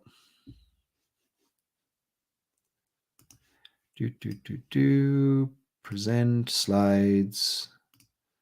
Has anyone seen any of these distilleries, or has anyone explored or had any interest in these old distilleries yourself, I wonder? David's going to be in Cork March 30th and 31st. You have to try and squeeze in a visit. You'll have to. Kevin says, isn't Franciscan Well the brewery from which Jameson Caskmates gets their stout casks? So Franciscan Well is where Jameson Caskmates originated. It's where the head brewer, Shane Long, the owner of the Franciscan Well, asked Dave Quinn, master of whiskey science, we talked about him earlier, if he could borrow some barrels from Jameson to finish some of his stout. So he was making stout in the Franciscan Well brewery, microbrewery in Cork. He asked Dave Quinn if he could have a few Jameson barrels. Dave Quinn said, come down and pick them up. He picked up like 6 barrels. He put the stout into the barrels that previously contained Jameson, left them for, I think, a few weeks or a month or 2, and then imparted some whiskey flavor into the beer. Gave the barrels back to Dave down in the distillery. They decided to fill them back up with Jameson now again, and they left them in the corner of the distillery. Came back a few months later, had a sniff, and realized, wow, we've now got whiskey that has been infused with the beer notes, the stout notes, chocolate, cocoa, kind of a toasted malt note, and that was Jameson Caskmates. That's how it was born. Would you believe? Which is quite interesting. It's not there anymore. It's not made from Jameson Caskmates. Interestingly, got so popular that the Franciscan Well was producing a lot of stout and IPA for the use in Caskmates. Then Franciscan Well Brewery was acquired, and I think it was acquired by Coors, if I'm not mistaken. And then they no longer supplied to Jameson. And Jameson actually went out and bought their own distillery, or their own brewery. They bought 8 Degrees Brewery in Mitchelstown in County Cork. And 8 Degrees have been giving them stout and IPA casks ever since. So it comes from 8 Degrees Brewing in Cork now at the moment. All right, this next one here is Green's Distillery in County Cork and Blackpool as well. And the only thing remaining of it is this archway. That's all that exists of Green's Distillery, which is here in my little book. Let me, there's an interesting note on this one, though. The Green Distillery. This was in business from 1796 to 1980, but they stopped distilling in 1870. So I don't know what happened after that. Yeah, this was a small distillery. Oh yes. So what's interesting about this is that the Green was one of the early proponents of column distillation. They had column stills. The Shees, Thomas and Joseph Shee, were brothers, and they had column stills in there in the 1830s, just before, I think, just before Ennius Coffey patented his still, or around the same time, 1830 to 1834, the Shees patented their own column still as well. Now, it wasn't as popular as coffee still became, Ennius Coffey's column still, but interestingly enough, we hear the story that Ireland ignored column distillation and the Scots took it up, and hence the decline of the Irish whiskey industry. There's some truth to that, but not all. So Green Distillery had some column stills in there as well. And then, of course, you have the Old Middleton Distillery. And the Old Middleton Distillery was a old former kind of an army barracks. It was a mill before that. And 1825, the Murphy family, three Murphy brothers, started distilling there, encouraged by changes in the Excise Act of 1825, which allowed them to put in place larger stills. They put in place the largest copper pot still in the world. It's still there in the Old Middleton Distillery to this day. It's not used anymore. But if you've ever heard of Middleton Very Rare Silent Distillery, very expensive old whiskey, it would have been distilled on that still. And it is, the Old Middleton Distillery is, of course, now a visitor centre. Distillation no longer happens in the Old Middleton Distillery. So if you ever want to take a tour of Middleton, be sure to find out, are you going to be seeing any aspects of production today, or are you going to be just touring how whiskey used to be made in Middleton? Now, Middleton famously made Paddy Irish whiskey. They made Hewitt's Irish whiskey in the Old Middleton Distillery. And we'll talk a little bit about the transition from Old Middleton to New Middleton. But some famous products that came out of Cork Distilleries Company. Cork Dry Gin is the best-selling gin in Ireland. And it's not even a very well-made gin by today's standards. It's what's called a compound gin, or a cold compound gin, where you kind of distill juniper juice and you don't even distill juniper juice. You kind of blend juniper juice and flavors with a neutral grain spirit, and you create kind of a juniper effect gin. But Cork Dry Gin, or CDC gin as it was called originally, which was the Cork Distilleries Company gin, would have originated in the Workhorse Road. And it is still to this day the best-selling gin in Ireland, despite our gin craze. That's now today made entirely in the Middleton Distillery. There's things that come out of the Middleton Distillery we don't think about. For example, Irish Distillers owns Cork Dry Gin, makes it in Middleton. Irish Distillers owns the largest selling vodka in Ireland, which is Hussar vodka. Hussar vodka is made in Poland, but it's also owned by Irish Distillers. We don't often think about that. There's the Hewitt's whiskey. You can find this at auction occasionally. You'd be hard pressed to find any of the original Hewitt's whiskey from the Watercourse Road Distillery, but this is the old blend of malts from Bushmills and from Middleton together with their grain whiskey. So something to keep an eye out for. Paddy then would be maybe the most famous connection to Cork Distilleries Company that we have today. Paddy, originally called Cork Distilleries Old Irish Whiskey. You see on the left, that would have been the bottle that would have been in existence when I was growing up. On the right-hand side, an even older version, which was just called the Cork Distilleries Company Old Irish Whiskey.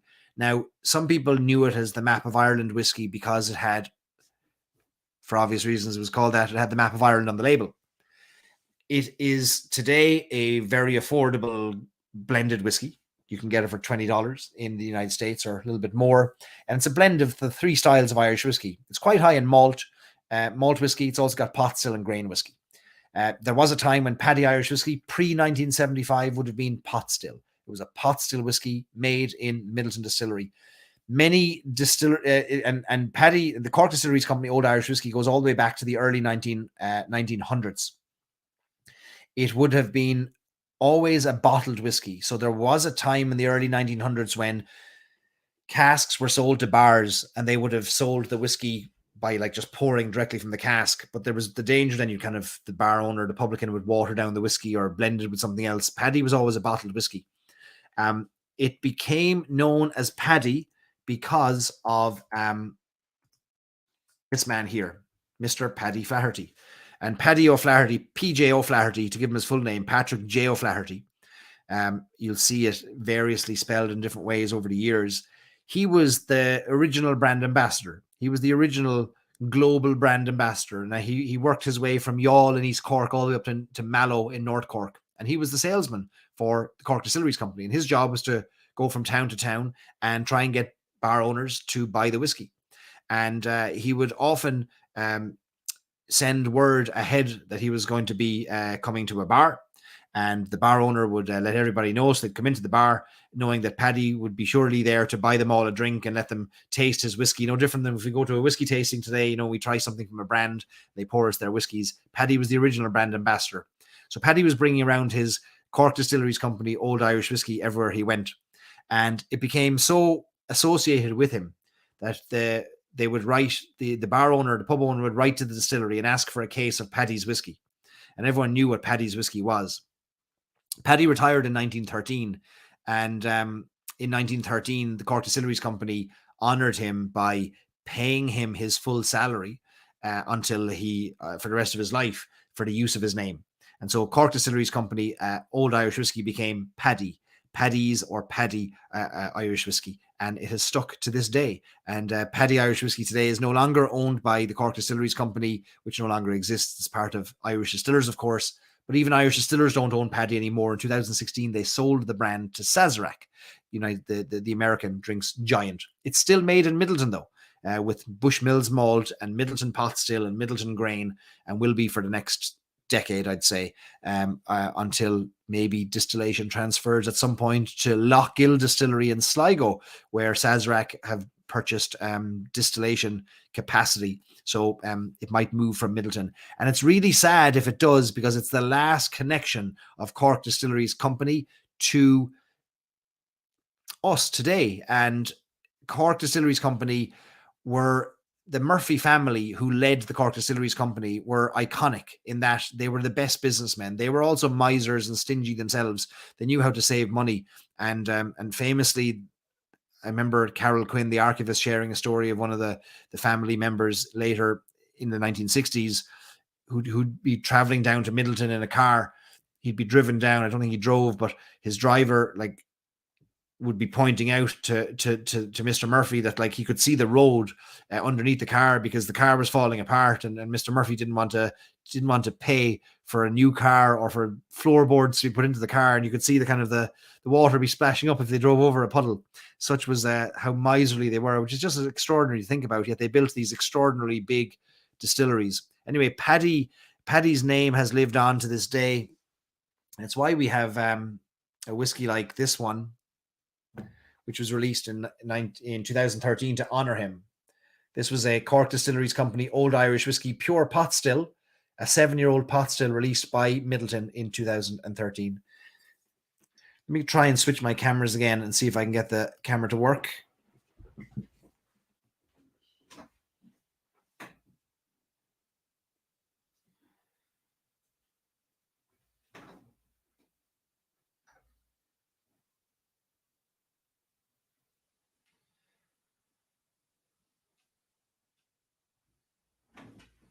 Okay, I think we've got this going.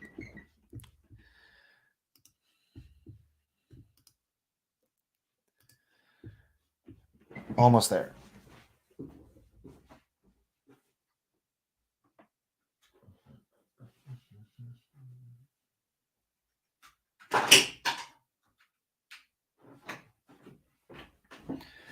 Okay, I think we're back in action. Is this history of any interest at all to anybody, or is it just me? But I don't know, I find it very interesting. All right, we'll get this camera going now. It's coming. It's coming. Boom, we're back. There's that Paddy again. 7-year-old pot still whiskey. Today, what do we have from the Paddy lineup? We've got Paddy, the blend. We've got Paddy, what's the name of it? The one with the black label, Paddy Share, which is the recent release. And that's it in the Paddy lineup. I'd love to see more. I'd love to see more from Paddy. Let me see, which one do I want to put up here? So then in 1966, so Cork Distilleries Company was the owner of Midleton Distillery. Over the previous years leading up to 1966, like from 1920, Shortcross Road shut down. The Wise's North Malt Distillery shut down. Green's Distillery was gone. Daly's Distillery were gone. So by 1966, the only distillery left in Cork Distilleries Company was Midleton. They were distilling there. They also had sites that they still owned. They owned the Watercourse Road site. They used it for storage and, like we saw earlier, yeast production. They owned the bottling hall in Cork City, right on the quays in Cork City. But in 1966, as tends to be the case, history repeats itself. And I will expect that in some years' time, we're going to see some massive consolidation in the Irish whiskey industry again, where suddenly half dozen or a dozen distilleries all come together under one brand or under one parent company. It'll happen again, I'm sure. But in 1966, we saw the same thing happen in Ireland, where Cork Distilleries Company, Jameson and Powers all merged together. Now imagine this. For the previous 99 years, the Cork Distilleries Company had been operating as a kind of a competitor to Dublin whiskey, a competitor to Belfast whiskey, and competitor to everybody, basically saying, we are Cork whiskey, we're a better whiskey. They always spelt their whiskey with no E down in Cork, until the merger in 1966, when the formation of this new company standardized a lot of things. But Powers, Jameson, and Cork Distilleries Company came together famously in 1966. They created a group called the United Distillers of Ireland, which then changed its name to the Irish Distillers Group. It was called the United Distillers of Ireland, UDI. But what they hadn't realized at the time, and this is something that gets glossed over in a lot of the histories, is that UDI was the name of an agreement to do with a political upheaval in South Africa and Rhodesia and Zimbabwe at the time in 1965, 1966. And this acronym UDI was loaded with political baggage. And so very quickly, the name was changed to Irish Distillers Group. And now we know it as Irish Distillers, IDL, Irish Distillers Limited today. But that merger happened and it brought together these three companies. And how remarkable that it was the Cork Distilleries Company site that managed to be the one that saved the day. While the Powers family were the ones who negotiated the merger and suggested audaciously the merger at the time, it was the Midleton site that managed to absorb all of the Powers production, all of the Jameson production. So those two distilleries shut down in Dublin, ending distillation in Dublin for 45 years, for a 45-year period until Teeling started up again. And everything moved to the Cork Distilleries site in Midleton. So old Midleton Distillery, which had been in business since 1825. In 1966, this merger happened, and in place was put a plan to create a larger distillery that could absorb all of the production capabilities or capacity needs of Jameson and Powers and Paddy. And so all three styles of pot still were made. You know, you talk today about the different styles of pot still whiskey in Midleton. It's not a coincidence that there were three different styles of pot still at the time. Powers had a pot still style, Jameson had a pot still style, and the Cork Distilleries Company had a pot still style. So now you had a distillery that was capable of making them all, and still is to this day. So today we have this is the new Midleton Distillery, which opened in 1975. This is the Barry Crockett Stillhouse. This is the newest part of the, no, it's the Garden Stillhouse, sorry. The Barry Crockett Stillhouse is to the left of that. This is the Garden Stillhouse, which has 6 pot stills. That was the latest extension. And now we also have another 10 pot still distillery being built on the site, which will take it up to, I think, is it close to 19 pot stills will be on site then maybe. This is the new Midleton Distillery, which is scheduled to open in 2025, which is going to equal the capacity of the current distillery, which already has the largest capacity by a factor of 6 or 7 in Ireland, and now you're going to double capacity again to meet with the expected demand of Irish whiskey. All of this I share because it couldn't have existed and couldn't have happened without the business acumen and the management of the Murphy family and the Cork Distilleries Company. And so whenever you touch a bottle of Paddy, whenever you see Paddy on a shelf, you can think about that. And maybe you'll order a drop of Paddy to kind of give a little salute, a little hat tip to the 150 odd years of history and decisions that led us to an announcement like this 6 months ago, where Midleton said, guess what, we're building a 250 million euro distillery. It's on land that is adjacent to land that the Murphy family would have bought themselves, going all the way back. And if they hadn't built a distillery there, would we have an Irish whiskey industry we know today? So I think we can't enjoy the present without acknowledging, celebrating, learning, certainly from the past. Murphy's Irish Stout, then. I shared a picture recently that said online, and I basically said, there's only one Irish Stout. I will not be taking any questions. And I shared a picture of Murphy's.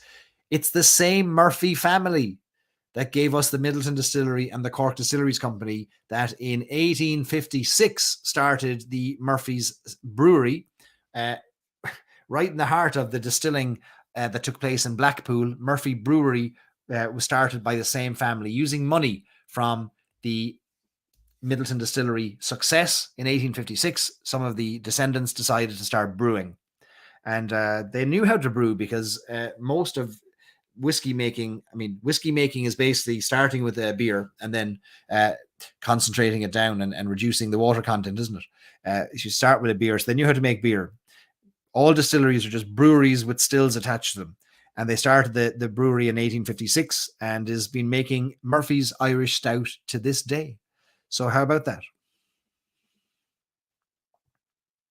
Jeff says that Irish Distillers put out a podcast a few years ago dramatizing the merger. Yeah, it's called The Story of Irish Whiskey.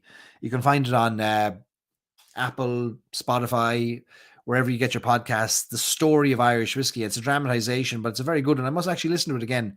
And it does talk about that merger that happened in 1966. And even, I think, interviews some of the descendants of the Guinness, or not the Guinness family, the Jameson family and the Powers family, and talks about the backroom meetings that had to happen in 1966 to create that merger. All right. That is the story of Cork Distilleries Company. If there's any interest in more stories like that, we'll keep them coming. I'm fascinated by them and I love sharing them. But if you're not interested, I won't bother my backside with them. But let me know and I'll do more of them if there's interest. I want to talk about some upcoming things really quick. I'm going to fly through this because most of you know about it, but we have teamed up with Shortcross Whiskey with the Redemin Estate Distillery. We're releasing a whiskey in a few weeks' time, our first ever peated single malt whiskey, the first one released in Northern Ireland in 75 years. A peated single malt, double distilled. It's aged for 6 years and 10 months in European oak cask. This is being released through our Stories and Sips Whiskey Club. I know many of you are members. If you're not, we'd love to have you join us, and you'll get access to being able to purchase these bottles. They'll be shipped all over the world to wherever you are. We'd only have 300 of them, and when they're gone, they're gone. It's a 65% ABV or 130 proof, distiller's strength, and it's our first ever distillery bottling, and I'm really excited about it. It's also the first peated whiskey bearing the Shortcross whiskey name, and it's the first Shortcross whiskey destined for the United States. And it's the first peated single malt distilled and released in Northern Ireland in 75 years. So we're going to get our hands on that bottle. So if you're interested in that, give us a shout and become a member of our Stories and Sips Whiskey Club. It's a gold medal winner. There's David Boyd Armstrong, the co-founder of the distillery, winning gold at last year's Irish Whiskey Awards. We submitted the cask and it won gold as the best peated single malt in Ireland 11 years and under. It's almost 7 years old. How about that? We had a great event on Monday with David and Fiona, his wife, the founders of the distillery. We talked for an hour and a half. They gave us a fantastic overview of their inspiration from American distilleries, the craft brewing movement and distillery movement in America that inspired them. Their visits to the United States. They talked about how they started distilling, playing around with small gin stills in their living room. They told us about their approach to wood management and cask selection. It was a fascinating discussion. That whole hour and a half long chat is available. That video is available on our website on storiesandsIps.com. The replay is up there now. Upcoming in-person events that we'll talk about real quick. So I know some of you have booked tickets for our sold-out Dead Rabbit event, which happens on February 6th. I'm looking forward to seeing you folks there. That is a sold-out event, so I'm not going to talk any more about it. But on February 7th, if any of you can possibly make it, we have a free event in the Copper Still in New York and Manhattan, in Chelsea, the Chelsea neighborhood specifically. It's in the Copper Still. It's a bar owned by Shane Buggy, one of our club members, and we'd love to see you there. We're going to have some whiskey. We're going to have some food. You can pay your own bills, whatever you want to order. Shane will have a great selection of Irish whiskey. There's no tickets, nothing needed. We hope to have some people from the world of Irish whiskey who represent Irish whiskey there that night to join us for some drinks and some crack. So I'm looking forward to it. I think it's going to be a lot of fun. So hopefully I'll see you guys there. At least some of you, if you can make it, we'd love to see you there. So we'll that's our meetup that's taking place Tuesday, February the 7th.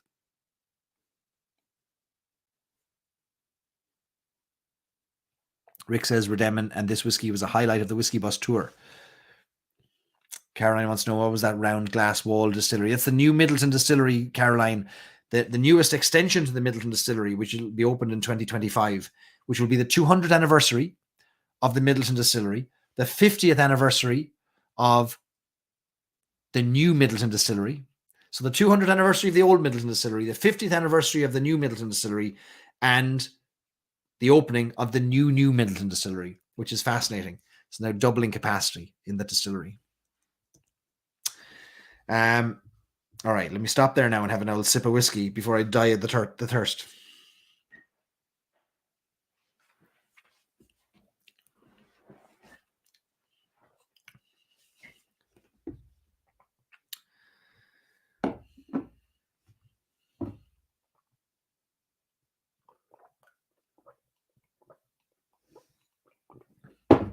Let me have a pour of the old Paddy, I think. Actually, no, I'll do Method of Madness French Chestnut. I'm going to talk very quickly and very briefly, because I don't have more information to share than I shared last week. In August of 2022, myself and Anthony Sheehy, the founder of Irish Whiskey Auctions, had the mad idea to bring a bus full of thirsty Americans around Ireland and one Irishman for a week. And we visited 9 distilleries, 16 pubs, sampled 63 whiskies. The 30 guests on the bus, the 30 attendees, purchased, I think, 560 bottles of Irish whiskey between them. Fair play to you. Congratulations. And it was fantastic. We had exclusive behind the scenes tours, access that has never been given before to any groups. We had an amazing, amazing week. It was a week that we thought could not be repeated until we got all of the calls and all of the requests to repeat it or to do something similar again. And so we are going to do another tour, a Whiskey Bus tour of Ireland this August. We're going to do a Whiskey Bus tour that is starting in Dublin on August 19th and ends in Dublin on August 26th, but it heads south from Dublin. In last year's trip, we headed north, taking in Slane Castle, Slane Distillery, taking in Bushmills, taking in Belfast, taking in Hinch Distillery, Redemin Estate Distillery, Ecklandville Distillery. This time we're going south, taking in distilleries, whiskey bonders, pubs, cities, and making our way towards Cork and back to Dublin. And we're going to have a great time. I don't have any itinerary to share with you except the dates right now, which is August 19th to August 26th. And we did say on our first tour that, those who were kind enough to participate on Whiskey Bus number 1, we'd give them first crack at coming on Whiskey Bus number 2. And we will honor that. And so if anyone was on Whiskey Bus number 1 and wants to attend, you will get first refusal on a seat. And then those seats that are remaining, we will offer them up to those of you who are interested in perhaps spending a week with us, getting some extraordinary access that's not given to any other. You can't buy these events from a distillery, from a brand. You could call them up and they won't give it to you. These are not for sale to the public. These are specially put together events that are put together for our community. Exclusively because of the support I think our community has given the Irish whiskey industry. The Irish whiskey industry wants to give some great events back. So we're going to do it again, and it's going to be a lot of fun. We are going to spend the next 2 weeks hammering out the fine details so that hopefully before the end of January, I can come to you. Let me see, what have we got now? 16th of January. So within the next 2 weeks, I hope to be able to share the itinerary, share the details, take your details, and then hopefully put together a list of folks who are interested in coming. But again, it's August 19th to August 26th, and it's going to be probably 30 places. We would like to do 60, but we can't take that many people to a distillery. It's just not possible. It's not feasible. It's not manageable. Ireland isn't as big as the United States, which might come as some surprise. Even though I've shown you maps of Cork, which demonstrate just how big Cork is, it is still not as big. And we still Ireland has small rooms, small buildings. We can't take big groups. So it'll be a 30-strong group that we will take with us, and we'll do it right. And Anthony and I have decided that the Whiskey Bus number 2 will kick off a whiskey tourism company. So we're coming together. We'll share more details as we have them. But the Whiskey Bus number 2 will be the first in a series of whiskey experiences that we'll be able to offer over the coming months, the coming years, of which the Whiskey Bus will always be one.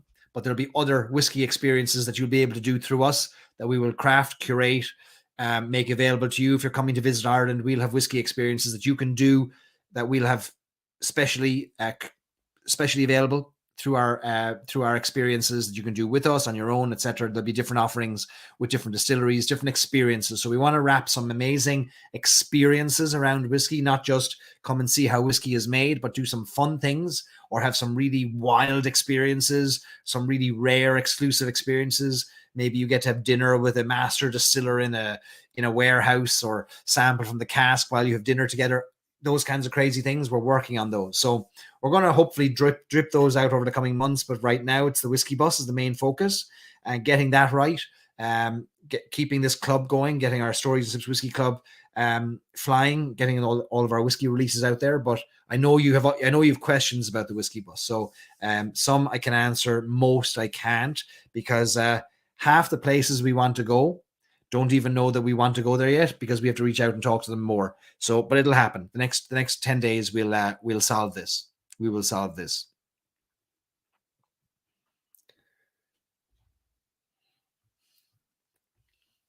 Take a look at your comments.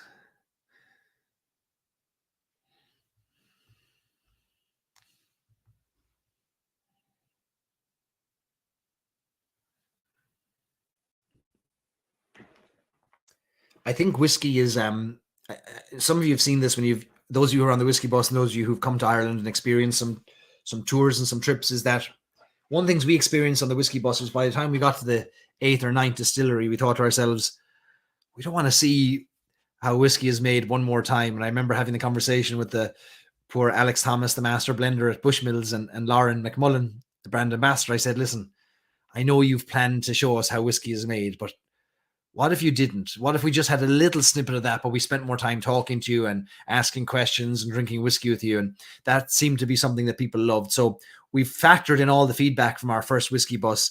And so this Whiskey Bus tour will be tour light, in the sense of we're not just going to hop around and do tours of distilleries. You can do that yourselves. We'll do some of them, of course, but we'll do experiences that get you to meet the people, enjoy the whiskey in scenarios where you'd never get to enjoy them normally, all while having the bit of crack. We've been researching the world of whiskey tourism around the world, Scotland, United States, and to a degree in Ireland. And we're not here to criticize how anyone does it, but let me tell you how short on crack and just a good time so many of these tours seem to be. They seem to be focused on technical aspects and the logistical aspects, and that's great. We need all those. But if we can't put a layer of laughter, like memories, crazy things that are surprises, then I just don't think it's worth the effort. So everything we do will have an element of surprise and a bit of crack, and just the Irishness that we're known for. Like, it's not just a transaction, it's got to be the bit of crack. So that's what we want to do. It's all focused on that. David said selling whiskey is the focus. Yeah, it is for a lot of those tours. It's not for us. Like, we didn't even think about the selling of the whiskey for tour number 1. You know that because so many of you are like, Barry, have you not left any time for us to go to the gift shop? And we thought, oh God, we didn't leave any time for the gift shop. Anyway, we got you to the gift shop and you spent ridiculous amounts of money buying 550 odd bottles. So I think if we create the right experiences and make the right whiskies available, everyone's happy. So that's what we're going to do. Naggins behind the warehouse. Exactly. That's what we want. Stacey wants all the bus 1 participants to sit it out and let new people experience bus 2. Well, we'll follow up bus 2 with a bus 3 as quickly as we can. But I think, look, we'll get everyone on great experiences. And if you miss this one, we will have other experiences that come behind it so that you could, for example, there's direct flights from Cleveland to Dublin starting in May, and you could find your way to Ireland in a cost-effective manner with one direct flight and maybe participate in some other whiskey experiences. Maybe we'll have a 2-day bus tour or a 3-day bus tour that do certain parts of Ireland. Maybe we go up to Donegal and do Sleeve League Distillers and Waylock Distillery and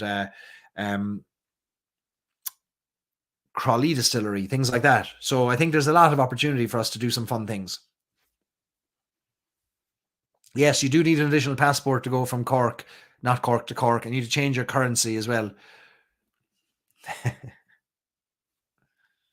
What we'll do, so this week I'm focused on for a portion of the week, I'm focused on getting some of these logistics finalized. And I say finalized, I mean started. So our meeting, when we sat down, Anthony and I started discussing this, was the first time we could get in a room since August. I don't think I'd seen Anthony in person since August. And he's just so busy and it's been busy down here in Cork. And so we got in the room and we basically said, look, here's all of our ideas. Here's all the feedback we got. Here's all the dates. And we aligned on August 19th to the 26th. The 26th is when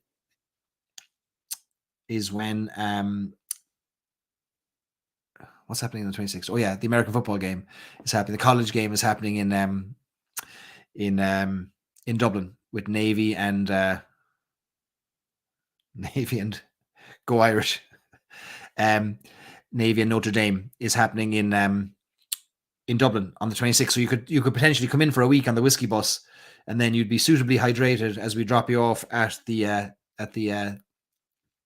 Notre Dame Navy game. And I think it's good timing. Notre Dame, yeah. I'm sitting there going, what? Who are they playing? Notre Dame, yeah, that's it. So I think that's the best timing. Other people had suggestions like, oh, tie it in with Whiskey Live. And we thought, you know what, Whiskey Live is a great big conference or exhibition of Irish whiskey, but you can kind of do that on your own. And we want to do experiences that nobody else can get. So that's the joy and the beauty of the whiskey bus, I think, is just doing something different and let others, if they want to do something the same, let them do it. But I think some of you are going to go head to Whiskey Live yourselves anyway. Caroline asks, Barry, you didn't know what each distillery had planned, did you?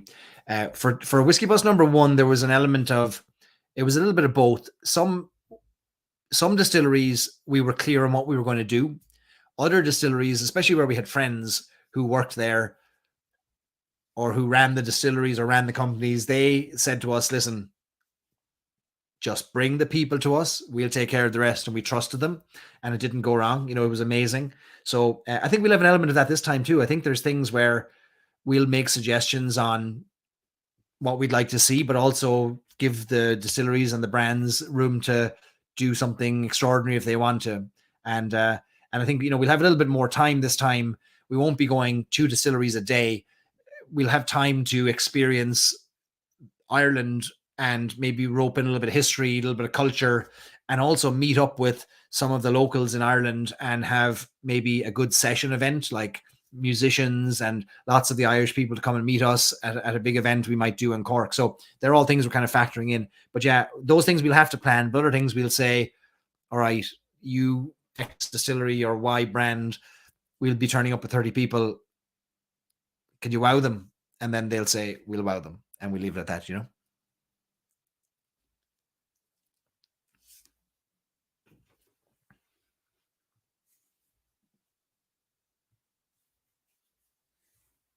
Kristen says, can't wait for New York. We'll be there a few days early.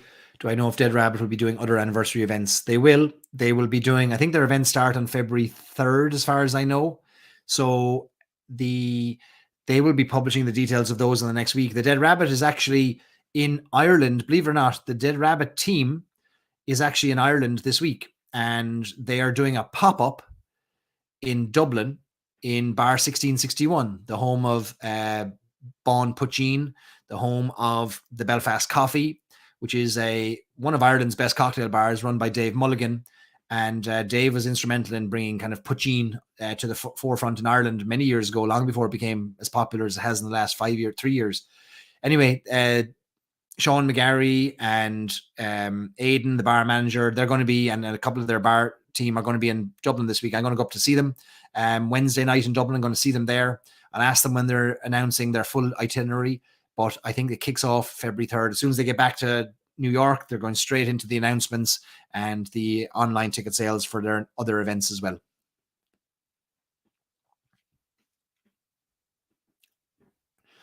D wants to know if I have any ballpark cost. The only thing I can tell you is that it would have to be more expensive than the last one, for one simple reason, is that we have been told by our accountants that these things must at least break even, if not generate some kind of margin.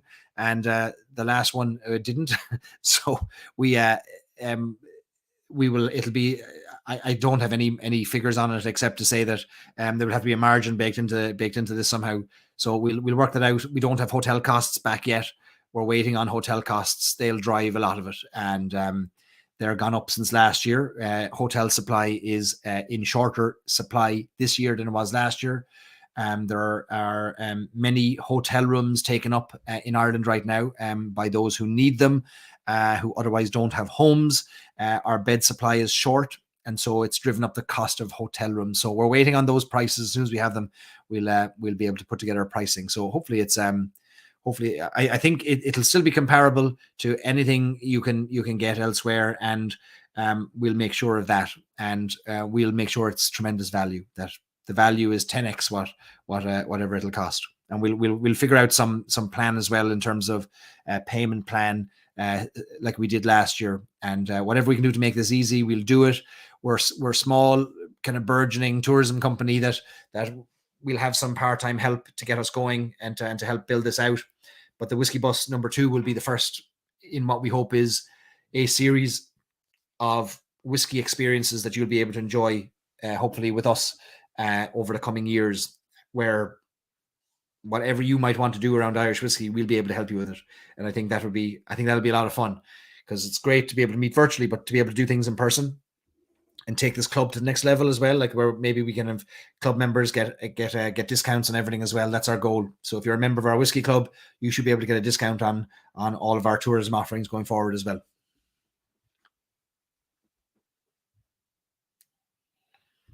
All right, so I'm having the Method of Madness French chestnut now. Sláinte.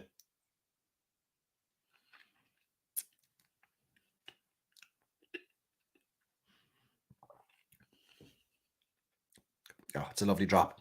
It's really black pepper led pot still spice. When you have that raw barley component in pot still, you get that lovely, it's a mixture of kind of the texture of the creaminess texture, but you get that spicy, almost like an effervescence of that black pepper. It's almost like it's like little pinpricks of spiciness coming through, and the sweetness. There's a kind of I would liken French chestnut to a kind of a dusting of a little dusting of sugar on a wood cask. It's just kind of a lovely sweet oakiness. Steve's got Redbreast 10 in the glass at the moment. If you're just joining us, this is called the Shebeen. We talk about Irish whiskey, and we just hang out and talk about Irish whiskey news and what's coming up and any events we're doing. If you're new here, welcome. We do this every Sunday night at 7 o'clock Eastern, and it's informal, a little bit of history, a little bit of whiskey news, chance to talk about events, what's upcoming with our club. Hit the like button. It helps people see our videos, so please click like. It costs nothing, no charge. And if you can click the subscribe button, I think we're at 1,990 subscribers. Imagine if we got past 2,000 tonight. That'd be amazing. I think we're at 1,999 or 1,990. So I just need 10 people to subscribe to our YouTube channel, and we get 2,000. These numbers matter apparently because it puts it in front of more people. And I just want more people to find Irish whiskey. I tend to have a bit of an interest in it. So yeah, so go and hit the subscribe whenever you can on that. Let me see. Loved the Cliffs Palo Cortado, said Tom. Yes, that was a great whiskey. The Cliffs of Moher, our last release. I was sipping on the Cliffs of Moher Pedro Jimenez. Yes, the Pedro Jimenez single malt last night, and absolutely adored it, and wished that we had that permanently available. And it was such a reminder of how the right cask management and the right finishing can take a whiskey that historically might have taken 20 years to be that rounded, suddenly in 6-7 years is remarkably balanced and rounded with the flavors that you want. But it's a wood-led whiskey, there's no doubt about it. It's not a spirit-led whiskey. But if you like the wood, you like the sherry, Palo Cortado and the Pedro Jimenez really shone. Really, really shone.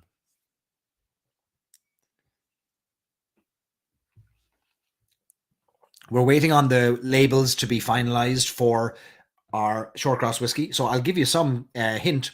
So this is the Shortcross whiskey bottlings that this is their currently available rye and malt. All of their labels have the river here that flow through the estate. They have a kind of a gold embossing, and they have different color labels for different releases. Like, for example, their inaugural release has this nice green color. So we have landed on a jet black label. Maybe a little hint at the old smoke and the peat, but we've landed on a jet black label, which will be interesting. And it'll follow the same kind of structure and layout and style, but it'll be jet black, and it'll have all the details of exclusively for the Stories and Sips Whiskey Club. And we're hoping. So here's one of the little nuggets of information. How do we price these whiskeys? We're swallowing half the shipping cost from Ireland so that you don't have to pay it. We're eating that ourselves. But the higher the ABV, the more expensive the whiskey because of the duty that the Irish government charges us. So, for example, it's 43. I get this wrong. 43 euros and 19 cents, I think, per litre of pure alcohol is the duty payable to the government. Now think about that. For every litre of alcohol made, 43 euros needs to be paid to the Irish government. That's about $46 for every litre. So if you've got a 50% alcohol by volume whiskey, then you would just pay half that, because it's not 100% pure alcohol. It's just 50% of it is alcohol. The other 50% is water. So you pay the duty on the 50%, which would mean you'd pay half of the $43. So you'd pay $21.75, let's say, or $21.50. If your whiskey is 65% ABV, you would pay like 25 euros duty on one bottle. Now, because ours are 700ml bottle, then it would be 7/10 of that. So it turns out that the duty alone on the bottle is going to be about 19 euros, which goes to the government. And then the VAT is 23%, which is another 20 euros, 24 euros. So there's about 46 euros of the bottle will be going directly to the government. Would you believe that? Anyway, we're hoping to get it to you for $99 plus 25 shipping.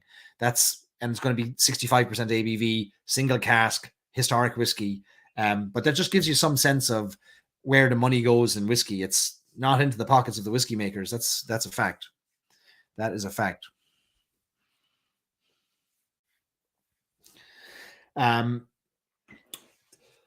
So yeah, it's tricky. It's tricky, the costs.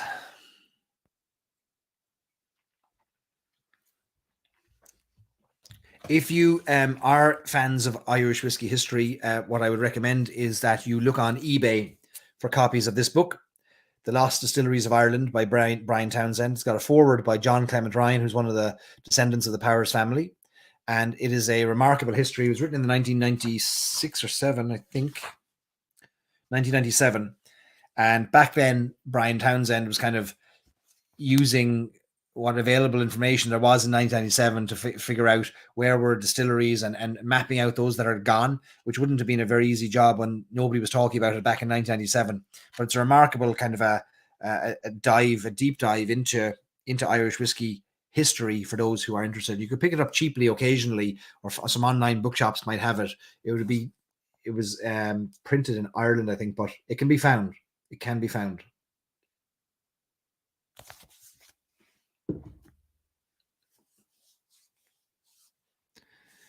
Caroline says this red lemon won't be the peach we tasted. What was a peach we tasted? I don't remember a peach. It'll be peated. It'll be peated. It's peated smoked whiskey. It's if for those of you who are peated whiskey fans, like who regularly measure or evaluate the peated metrics, like how peated is a whiskey. So smoky whiskies are measured by their parts per million, phenol parts per million. Phenols are the compounds that contain the flavor that we would call smoke, that we recognize as smoky, kind of, they're phenols that come from that smoking. And the higher the phenol per million count, the parts per million count, the smokier the whiskey. Our malted barley has a phenol part per million count of 55, which would put it alongside of something like a Lafroig 10-year-old. And then when it gets into the bottle, it's about 20, 25, maybe 30 parts per million. So it's peated. It's very presently peated. It's not a super peated whiskey, and it's not a super lightly peated whiskey. So it's kind of a mid to good, robust peatiness, but balanced with a fantastic citrus note. Like, do I have a drop of it still here on my table somewhere? I do. Here's my little sample bottle,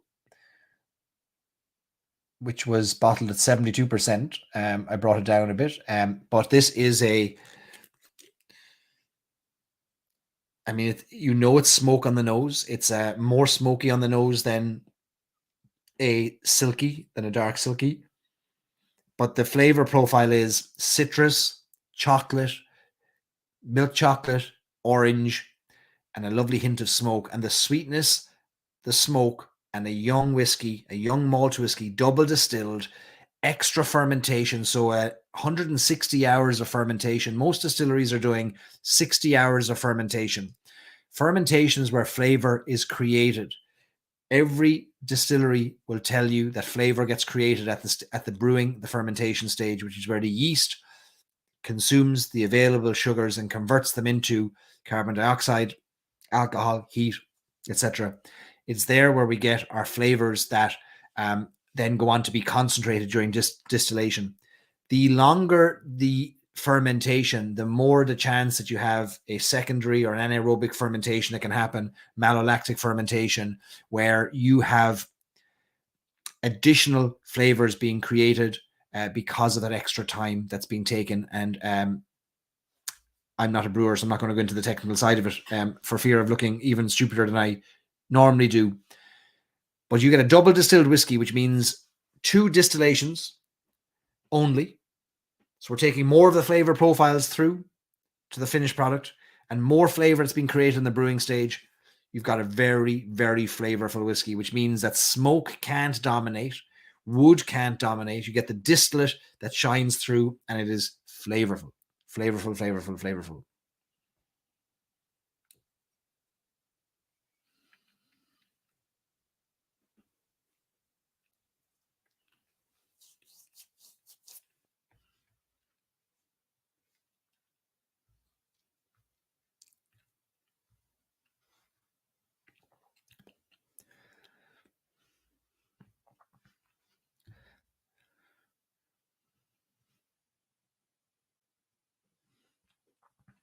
I wonder what kind of a device you can get for measuring your parts per million. You know, the way you can you can measure your alcohol quantity with a hydrometer. I wonder how you measure your parts per million. You have to find out. We put up a small video on our Facebook group and on our Facebook page, Stories and Sips Facebook page, with a little video from Redemin Estate talking about their wood program. We're going to have a series of videos like that coming out over the next week from David and Fiona in Redemin, giving you a complete tour of the distillery, their warehouses, their distillation, their maturation on the distillery site, their maturation off the distillery site in their warehouses. So if you've never been to Redemin Estate, where the Shortcross whiskey comes from, or you weren't on our whiskey bus tour, you're going to get a chance to go behind the scenes. Those will be on our website, storiesandsipscom. You'll get an email. If you're not on our email list, go to storiesandsipscom, put your email address there. It'll pop up a little box to put your email address in, and you'll be the first to get links to all of our events, all of our content, all of our updates. There's a lot of videos and behind the scenes tours on our website that you might have forgotten about, or maybe you weren't a Whiskey Club member when you joined or when we did these events. For example, there are 2 amazing tours behind the scenes of Midleton Distillery. If you want to see the warehouse complex and get a tour by Kevin O'Gorman, the master distiller, bringing you on a tour of the warehouses to places where you often wouldn't get access to, we have that video on the website. We also have a video of Kevin O'Gorman allowing us to bring camera equipment inside the still house where camera equipment is not allowed to film distillation in the largest copper pot stills in the world, and then him explaining all aspects of distillation to us. That's all available on our website. Some other interesting tours and behind the scenes content that might be interesting to you if you're a whiskey fan.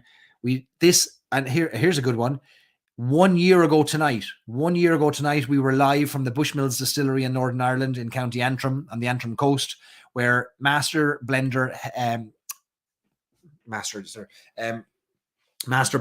Alex Thomas and brand ambassador Lauren McMullen took us on a fantastic tour behind the scenes of the Bushmills Distillery. We were locked into the distillery site until about 6 o'clock in the morning, Irish time.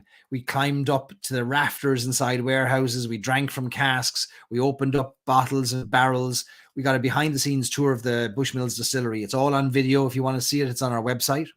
If you want to tour the Clonakilty distillery warehouses out on Galley Head in West Cork, Oisin Mulcahy, master distiller, takes us on a private tour on video there. So there's a lot on our website. If you're a club member, it's not just the bottles that we release. So we're trying to bring you more and more of those things over the coming weeks that you'll get access to bring you closer to the people. So whenever you do get to Ireland, you'll have some sense of those experiences as well.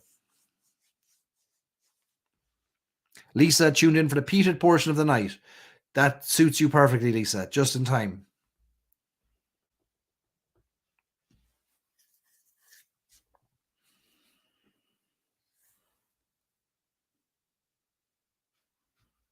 Some of you found Cian found the Kindle version of that book for $6.80. There you go. Nice. And if you're a Prime member at Amazon Prime, you get it free. There you go. It's a great book, guys. It's worth checking out. Great Lost Distilleries of Ireland. In the back there, big drawing of not a drawing. Yeah, it is a drawing of the Powers. Actually, John's Lane Distillery. That's John's Lane, right there. I asked not too long ago of people at the Midleton Distillery, and I asked this of Carol Quinn, the archivist, whose job it is to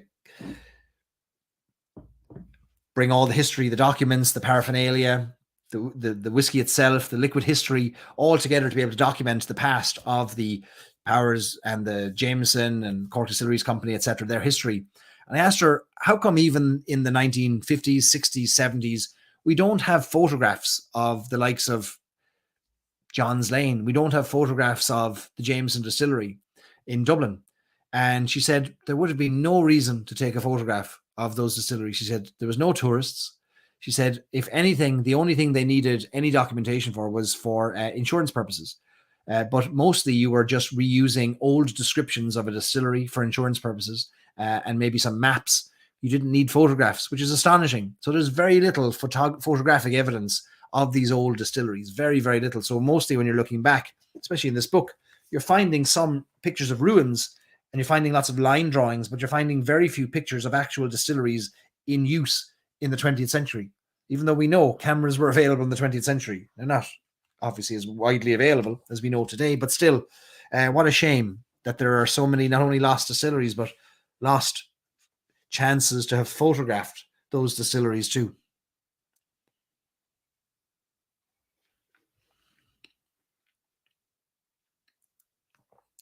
All right, folks. Well, that's it. That is the end of our session. Thank you all for joining. It's been a great Sunday night again. What's next up? Wednesday, I'm going to get some word on our Kristen for you on the Dead Rabbit events from the Dead Rabbit team in Dublin. And then we will be sharing some updates on our labels for the bottle this week. We'll share some more videos behind the scenes at Rodeman Estate with David Boyd Armstrong. We have some interesting interviews coming up for our Whiskey Club members that will be published. We are getting some help, so there'll be others doing some interviews as well, not just me interviewing people in the world of Irish whiskey. And yeah, I think that's it. We'll have more news in the Whiskey Bus, which I'll be working on as we have it. This time, what we'll do, if we can, is as we have some news, we will drop it out there. So if we say, you know what, here's one stop we've confirmed, we're going to drop it out there for you. So we're going to build up excitement. That way you're not waiting for 2 weeks for us to say, and we got this. We have a 5-hour live stream. But Anthony's going to join me for a live stream before the end of February. If not next Sunday, the following Sunday. And we'll do the live stream where we try and get all this nailed down, and we try and get this Whiskey Bus as close to full as is humanly possible. Kristen wants to know, how do we enter the Irish coffee competition? So you'll enter it in our Facebook group. So Irish Whiskey Fans of America, once the demonstration is over on the 26th, then just submit a photograph, the ingredients and the instructions, and say, here's my entry, and I'll see it. Maybe you can tag me, but we'll see it anyway. And then once everyone enters, we'll take all those photographs and those posts, and we'll get folks to vote on them. And it won't be me voting, it'll be everybody else. Sinead, Gaurav Mahagut. Thanks, everybody. Enjoy the rest of your Sunday night, and I'll see you in our Facebook group and online on Twitter, Instagram, etc.